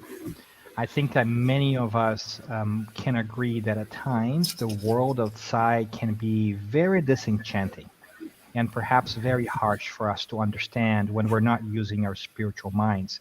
And I understand that once we begin to really understand that we are immortal spirits, we wish to be in a better place. We wish to be in a realm where there's love and happiness. And that is something that should continue to be our goal.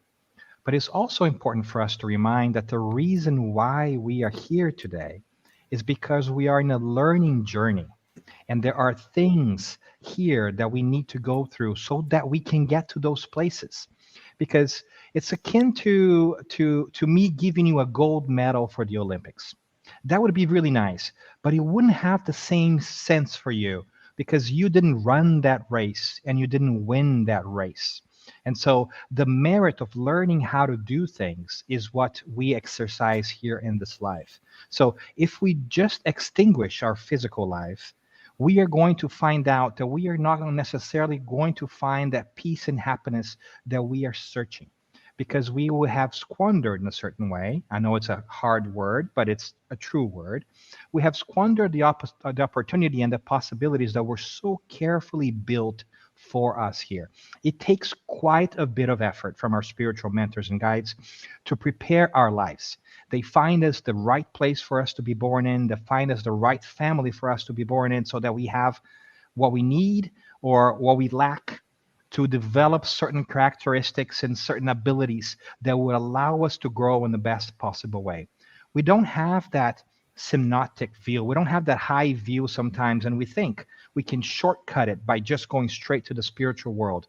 But fortunately, through many of our mediumistic communications through the times over these past 160 years, we have had a chance to hear from people on the other side of life that tell their story or how they have done that. They have done this shortcut because they believed they were going to end their suffering. And they tell us that, in fact, they sort of made it worse. As a matter of fact, if you're willing or want to dive deeper into that, you can go to the second part of this incredible book called Heaven and Hell. And I like to call the Heaven and Hell the Spiritist soap opera. The first part, you get all the summation of all the theory and things of books before. But the second part, you get to hear firsthand from people who were happy on earth and who were not so happy on earth, and how they find themselves in the spiritual world now. And you will hear some stories. And so in a roundabout way, not to eat too much of our time, that question is really important, because we have to pay attention to the fact that there is a reason for us to be here.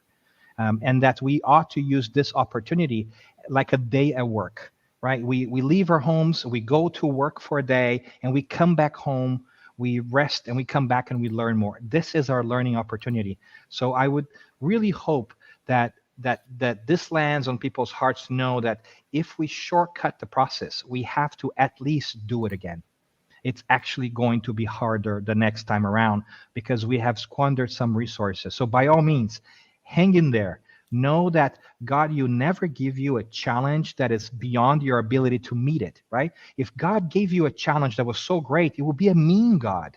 And by definition, it could not possibly be God. So all challenges, in a roundabout way, when we use our spiritist minds, they're compliments to us. They're saying, congratulations, you can solve this thing, right? We generally see them as problems, but from a spiritual perspective, they're compliments. It's the universe telling you, you are already able to solve this big problem and learn from it. Now, you might not solve it the way you want to, but there will be a solution. And remember that you're not alone. So great question. So that's why it's so important for us to talk with other people and research about people that have gone before us, to realize that the shortcutting, the taking our own lives, and the desire to speed up that spiritual process actually backfires on us and delays it quite a bit more. Yeah, absolutely. Anahy, as a psychiatrist, is there anything that you'd like to add to that? Yes, more as an Jungian analyst than as a psychiatrist. But just the World Health Organization has said that it's in the world nowadays, each around 40 seconds, somebody kills himself or herself. Okay, so the rates of suicide are very, very high. And I get very worried as a psychiatrist and also as an analyst that the disconnection, that's very important, that maybe Natasha would love to talk about a little bit. But and she has wonderfully talked about this in her speech, that the disconnection that we are from ourselves. So the light is within ourselves. So it's the ego that thinks, as Dan was saying, that is alone, or this is a very hard life. Stop the train that I want to get down, or something like that.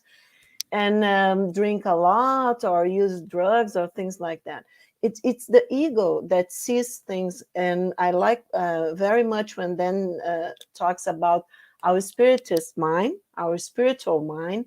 So we have to remember that we are much more than this. I love the small movie that you played before, Adam, from these guys here in Brazil, the comics, this comic group, because they are joking. It's very important with joking in a good sense, that we play a little bit with the notion in a light way, with the notion that we are spirits. As Dan and all of you said, we are never alone, never alone. And how do we understand, how do we feel, more importantly, how do we feel that we are not alone? Even if I'm totally alone now, for instance, I don't have any family, or something happened, I lost my friends, and how do I know that I'm not alone? Where is this knowledge? It's inside of us. It's not outside. I get very worried because all these images and the TVs, movies, and all, they are all calling us all the time for outside view. And the important view, okay, we have to be in this world and we have to know people. I'm getting to know some of you for the first time, and it's like we have already met, and this is great. but it's very important. Where do I have this knowledge? In my feeling. And where is my feeling? In my spirit. It's the spirit that feels. It's not our brains, people. The brain doesn't, produces the mind. We have Alexander and other, I'm sure other colleagues talking about this. It is the spirit that uses the brain to express itself in this world. So it's very important to make this reconnection, like in the Latin world religion, is religere or religare, right, in Latin. So it's also religare, to connect to something, to God, but also religere, to reconnect from within to our deepest self. Okay, so this is very important. We are never alone. And where is this knowledge? Inside of us. That's why meditation and prayers and a time, as you guys put here, have put here, music and nice images. This is so important because we have to reconnect, to rebound. That's it. That's great, thank you. And yes, there is so much spiritist literature out there that can help people who are going through those dark moments, or help others as well. We can find this in things like the Spirit's book, The Gospel According to Spiritism, the works of, maybe some of the works of Andre Louise, the works of Joanna Giangelis, which we were talking about before as well. So much of this really rich material out there. Right, which question shall we go to next? Roberto. So we've got a double question here. How does multiplicity differ from duplicity? And how do the places that are behind on inclusion and diversity, how do they impact on the spiritual evolution of people and the world? You're on mute. Okay. Well, multiplicity gives us the meaning of many, right? And the duplicity of the two. And we utilize today the multiplicity in two aspects. First, from the quantity perspective, when I gave you, for example, the example of horses, that there are many horses in nature, right? So this is a quantity perspective. And then after that, I utilize the multiplicity in the quality perspective. When I talked about the perspective, the diversity, that was a word from Adam that he wrote to me, right, Adam? Remember? So the diversity of experiences that the spirit has, right? So we as a spirit can reincarnate as men, as women, as a rich guy, a poor guy, and so on. In one country, another country, and one race, another race. It doesn't matter, right? So in this case, we have a quality perspective, and a multiplicity of a quality perspective. But it is interesting that this multiplicity of experiences is what makes us, each of us, unique, because then we act to these experiences our own way. All of us have our own idiosyncrasies, as I said in the beginning, right? Our own way of being. So, and I utilize the term multiplicity in this sense here. Duplicity is I didn't talk about this today, but we can utilize this. We utilize this conceptually when we say, for example, that in the Spiritist book, in the first part, Kardec says that there are two general elements in the universe: the spirit and matter. Right? The spirit is the intelligent principle that I mentioned, and matter is matter. Right? And you also can think about, for example, from a Jungian point of view, Anahy knows that, we can say that in our psyche, we have the ego as the center of consciousness, but we have the self as the center of the psyche as a whole. And evolution and progress that we are talking here today is the ego connecting to the self, right? So that is a kind of a evolution in Jungian terminology. And so we can utilize in many ways. For example, the Greeks believed that man is composed of two parts, soul and body. We spirit, we have three parts: the soul, the body, and the perispirit, the fluidic body, which connected the soul to the body, right? So these idea of a duplicity and multiplicity are just ideas to utilizing and creating concepts for us to understand better ourselves, right? So that I would answer to this question.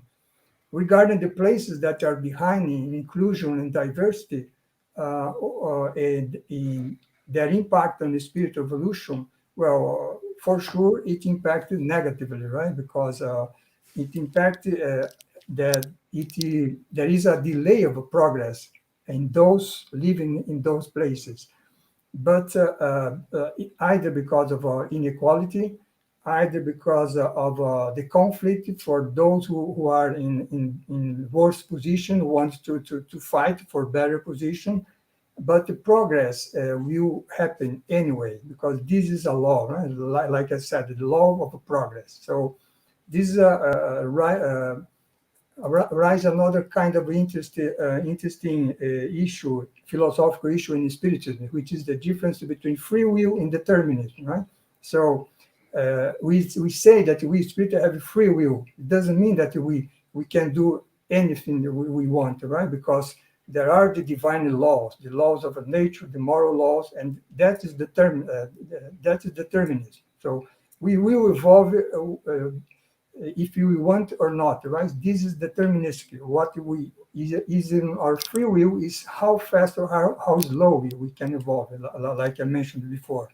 So at the end of the day, we all will go sooner or later to the world of regeneration. And the thing is that those that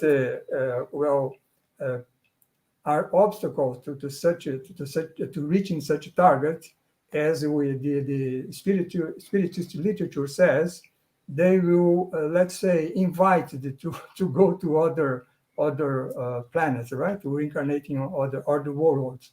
So because the spirit which is in the level of the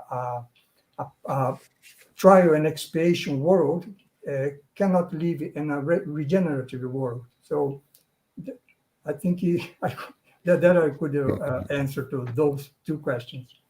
No, that's great. No, exactly. Again, Spiritism teaches us so well that things have to evolve, cannot regress. It can only go forward. We might stagnate somehow, but we're not going to go backwards. Yeah. I think it goes a lot in for those of us who are youth and know the Spirits book by Allan Kardec. There's a beautiful chapter, which is chapter 5 from the book 3, that talks about all the possible laws, and one of the divine laws is the law of destruction. Yeah. I know it doesn't make much sense, but within the law of destruction, there's a beautiful definition about what is civilization and what is the need for civilization, the need for society. And according to the Spirit, civilization develops both our moral sense and our sentiment for charity. And that, it leads this idea that people need to support one another mutually. And the Spirit's book said that if we live at the expense of others, if we deprive them from the barest necessities, if we hoard the benefits for ourselves, we are not truly living in a society. We are only wearing the mask of civilization. And that's a very strong point, because it goes back a little bit to, as Anahy was saying, a little bit about how I was explaining on my presentation, is this whole idea that we are interconnected is exactly that. When we think about the fact that we are, how do we feel as a society, considering that the 5 of us, we are very privileged, aren't we? We are all sitting on room full of electricity. We have access to internet. We are able to have this blessing and this privilege of being together in spirit and through the internet, talking to one another. And there's a very large group of the population that do not have access to that. So how do we feel about it? What can we do about it? So what does it show to us as a society? How evolved are we?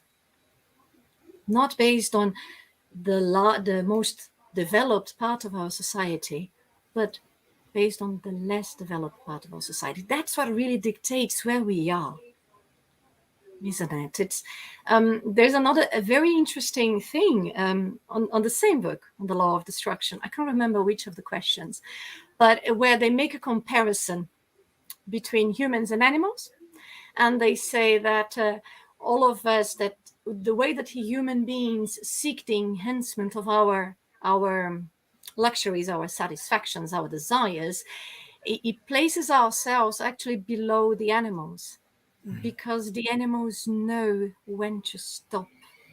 They only go up to where they need. And wise man, wise woman, people have an intuition. This is as much as I need.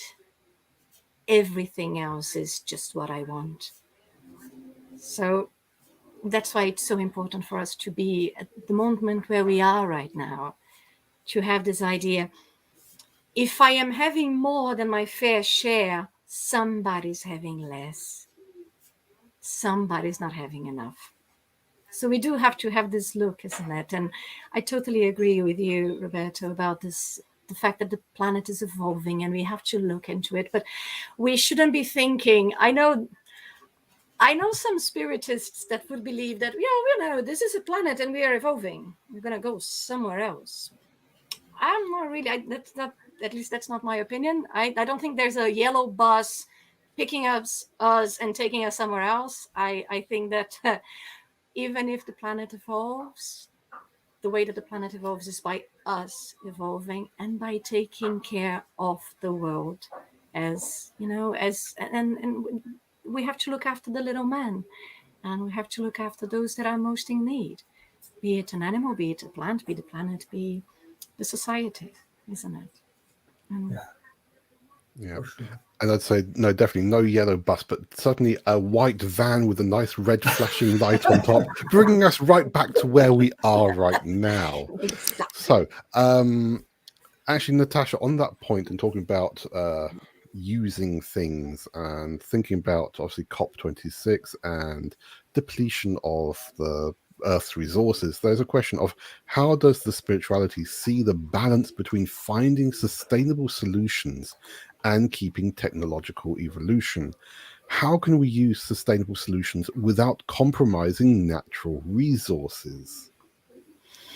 And we're sat here with computers, with things that use all the minerals from mining solutions, which aren't very good and quite dangerous as well.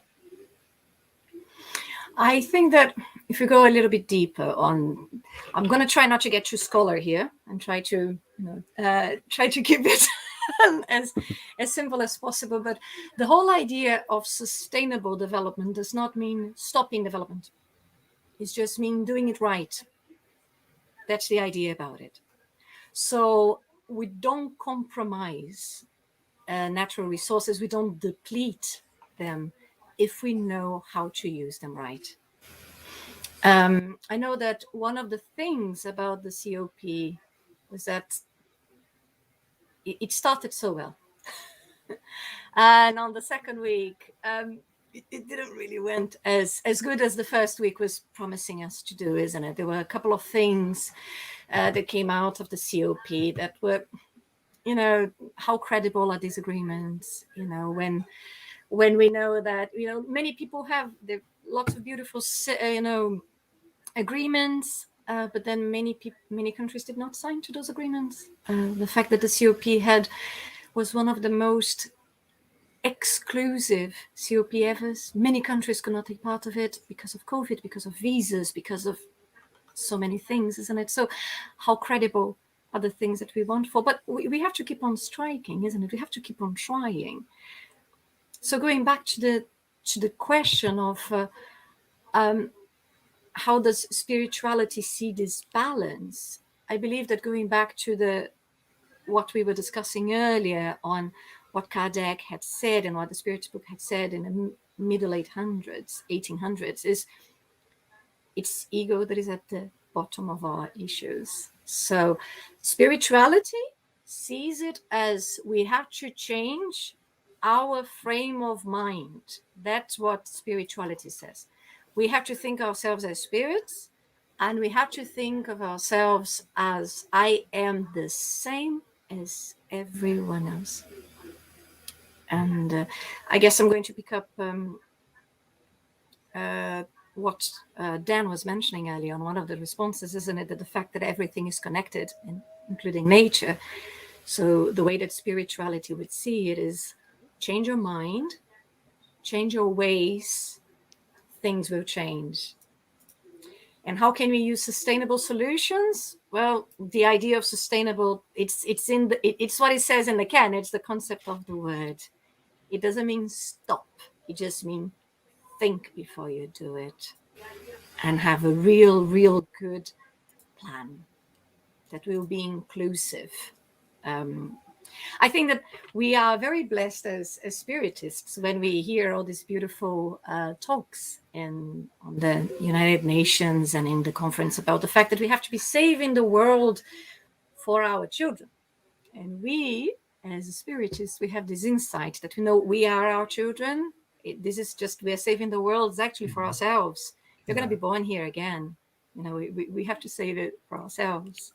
So that just puts even more responsibility on us. Exactly. And Pekka, who was with us earlier, was talking about the same thing. You know, it's our future. How we treat the planet now will affect us in the future, because it will be us coming back here. It's true, yeah. Yeah. Okay. A few more questions here. So Dan, we're going to Dan's question first, or Anahy's? We're going to Anahy's question first. So again, two questions here for you. How can a medium be protected from dangerous or troubled influences? And why do some mediums lose their mediumship? Can this be related to mental health? Okay, so I think I'll just use, that's a very nice thing, talking in a round table, that you can use what other people were talking about, like Dan and Natasha and Roberto. The thing is that if we believe, Natasha was talking about that our thoughts, they vibrate, right? So if we vibrate in a nice way, then we are going to have good spirits coming to our help, right? We know that. So if I vibrate in a bad way, if I act and I think in a bad way, not thinking of this kinship that we are talking about, fraternal thoughts, and thinking that, okay, we are all here in this spaceship.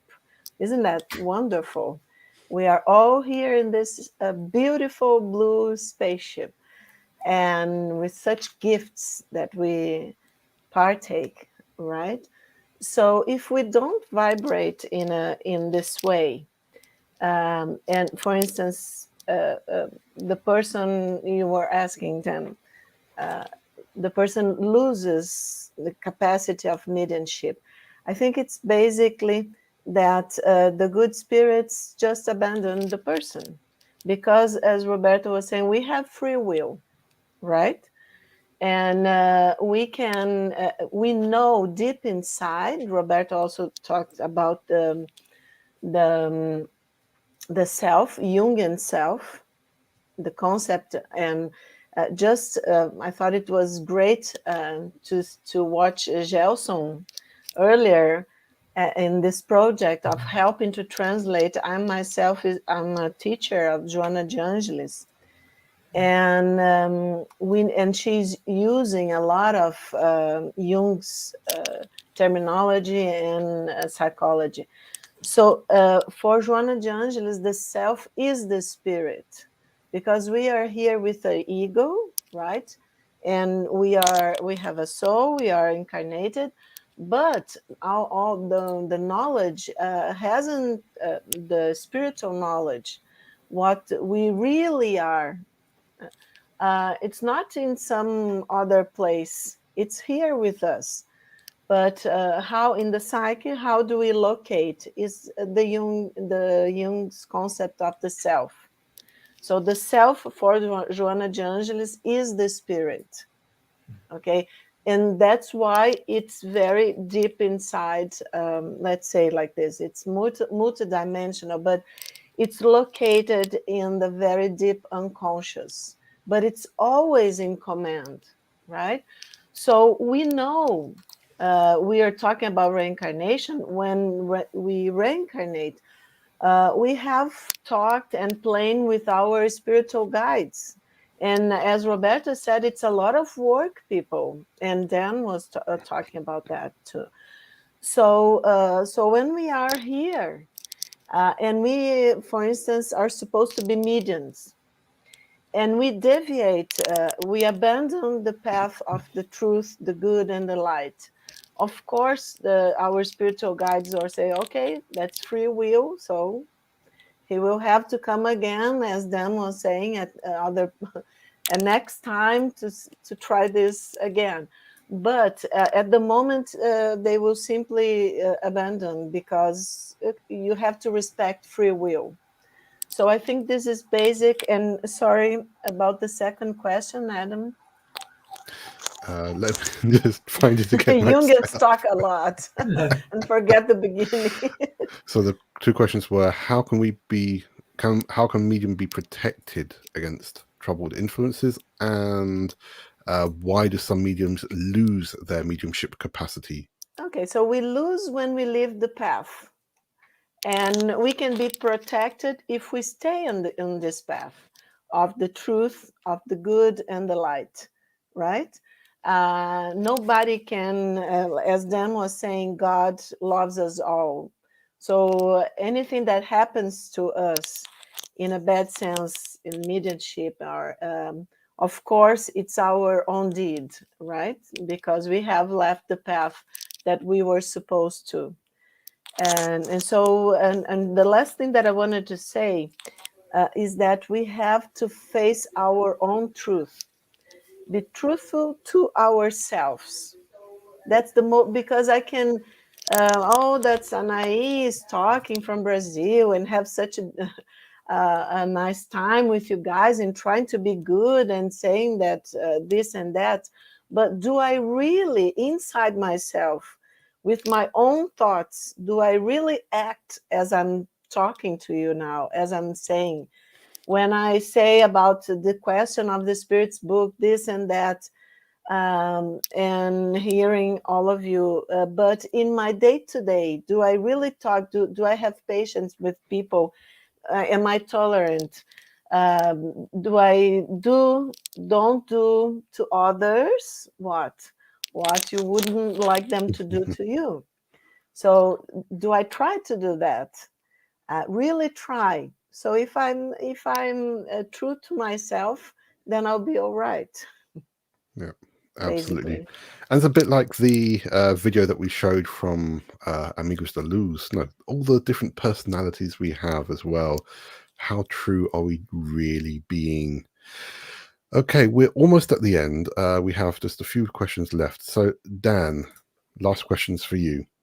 How can we use all this important information to influence people who can't accept the fact of being an eternal spirit?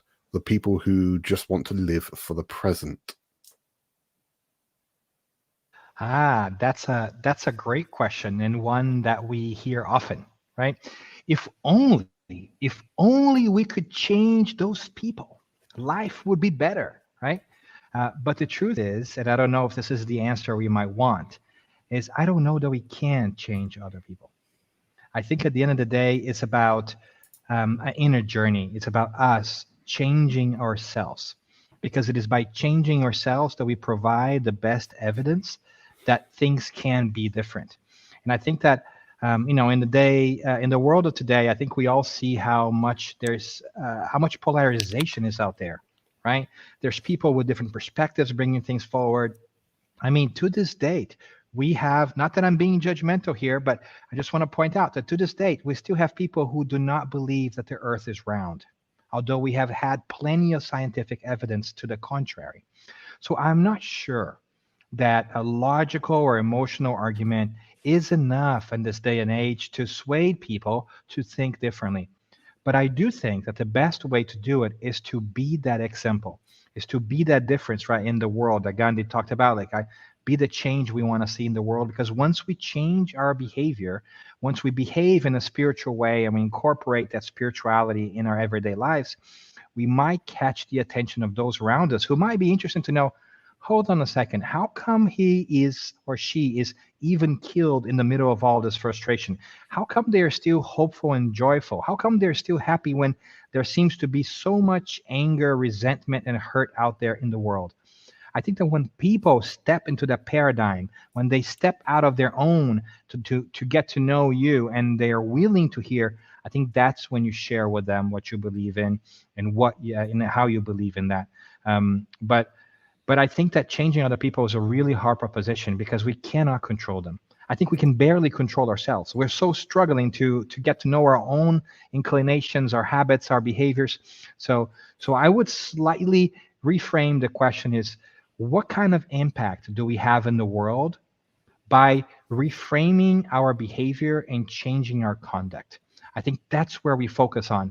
And I think that it's beautifully encapsulated by a wonderful quote by Francis of Assisi, who said, preach the gospel at all times, use words when necessary, right?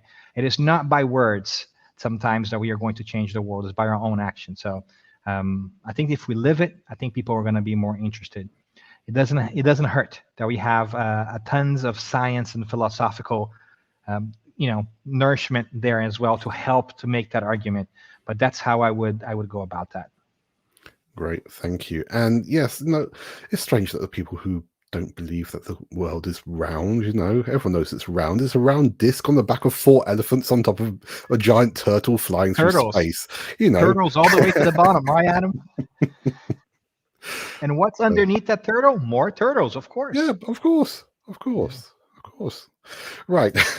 Just joking, folks. Just joking. All right.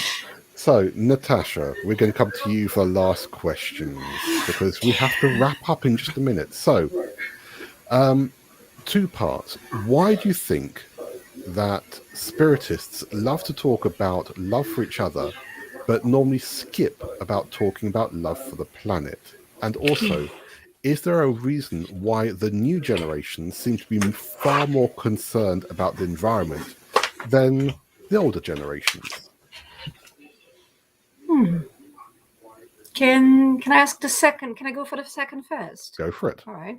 Okay. So my personal opinion, not the Spiritist opinion, but my personal opinion is that when we evolve as a society, and particularly when the society evolves morally, we are more enlightened to see problems than we had before.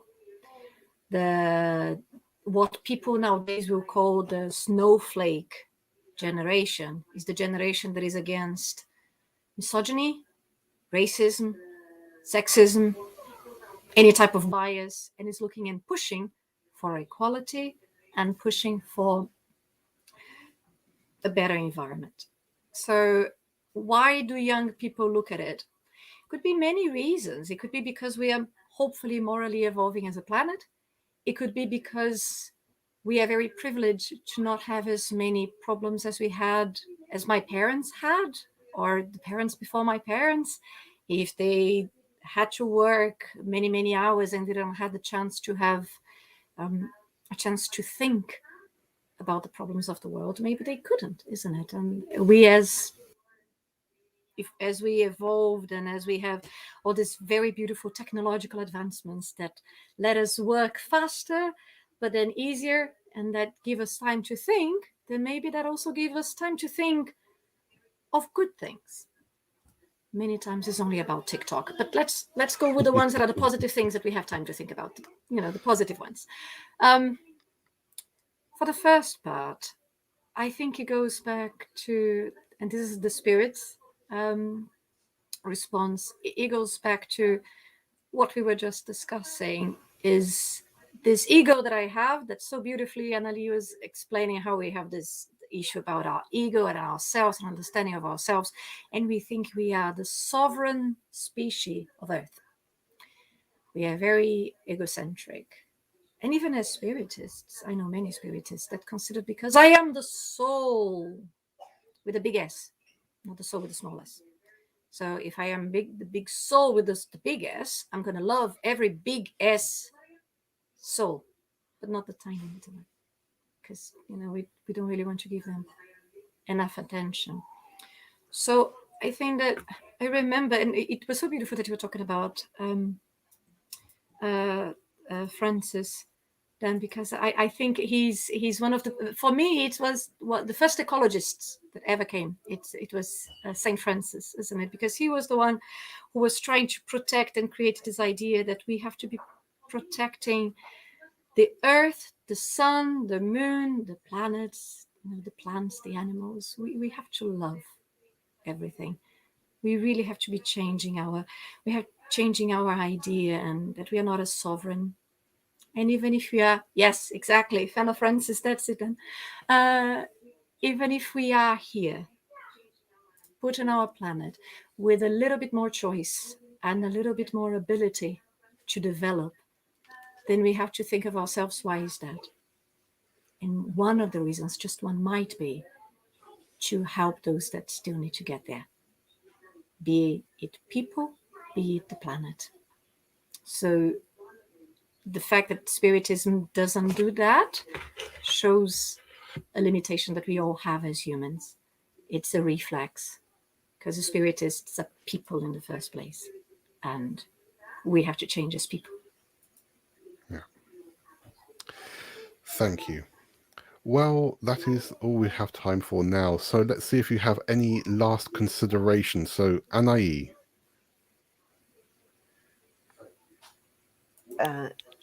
Pandemic days, to remind you of there is in the YouTube a small movie called Face to Face, that it was one of the last interview BBC journalist Morgan Freeman interviewed Jung, and he asked two questions. It's great. I think everybody should watch. But two questions that I would like to leave for reflection. One is, what's the origin of evil? And Jung says, the origin of evil is man. We know too little about ourselves, far too little, he says. And we must get in contact with what is still shadow inside of us. Then we can change the world. And the second, he asks, do you believe in God? And then Jung says, believe? I don't believe, I know. So he thinks believing is for the ego. So to know God is another thing. It's something that we try to do through the Spiritist doctrine, and we are trying to do now, this moment, to have an experience of sharing and to know God. Thank you. Roberto, any last thoughts from yourself? Yes, I just would like to add regarding the consideration of the Earth supported by a pile of turtles. I read this some days ago, that the last turtle below is supported by the wings of a great bird. That's an intelligent solution, isn't it? Well, so I would like to thank you, Adam, all the team of us for the invitation for this wonderful event, to be here with Dan, Anahy, Natasha, and you, and Thank you. Thank you for this wonderful opportunity. Thank you. Thank you so much for being with us. Dan, last thoughts from yourself? Well, with Kardec here over my shoulders, I hope that we will bear in mind that spirituality is for everyday living. It's not something that we only do in our churches, our centers, our mosques, our synagogues. It's not something that only comes into play on Friday evenings, Saturdays, or Sundays, or whatever day we have our mediumistic meeting. It's for every day and for every time. And that true spirituality, real spirituality, is to accept this spiritual reality. And so I hope that we feel awakened and called to the fact that we are immortal beings all the time, even when we're not thinking about it, and that we may set aside some more of our time to think about what does that mean? What does it mean to be an immortal spirit? What does it mean to believe in God? What does it mean to have reincarnation as a wonderful tool and resource for evolution, so that we can move forward and find that which all of us are looking for: fulfillment, purpose, meaning, and joy. Thank you. And finally, Natasha, your last thoughts. I'm the last. They already said everything I wanted to say. Unlucky me. I think that just to complement all the beautiful, beautiful thoughts that we just shared now and share throughout this blog is just maybe just go back and following up from what Dan was just saying on the importance of our actions and the importance of putting the responsibility back to us and living spirituality on a day-to-day life, and the importance of us to connecting with ourselves. I know, modern life is hectic, but we have to find time to just go back, sit down, take a break, look inside. What am I feeling? What am I seeing? What am I doing? And what does my spiritual being needs to do? So hopefully, if we can create good thoughts and good feelings, we can create a good and harmonious environment around us.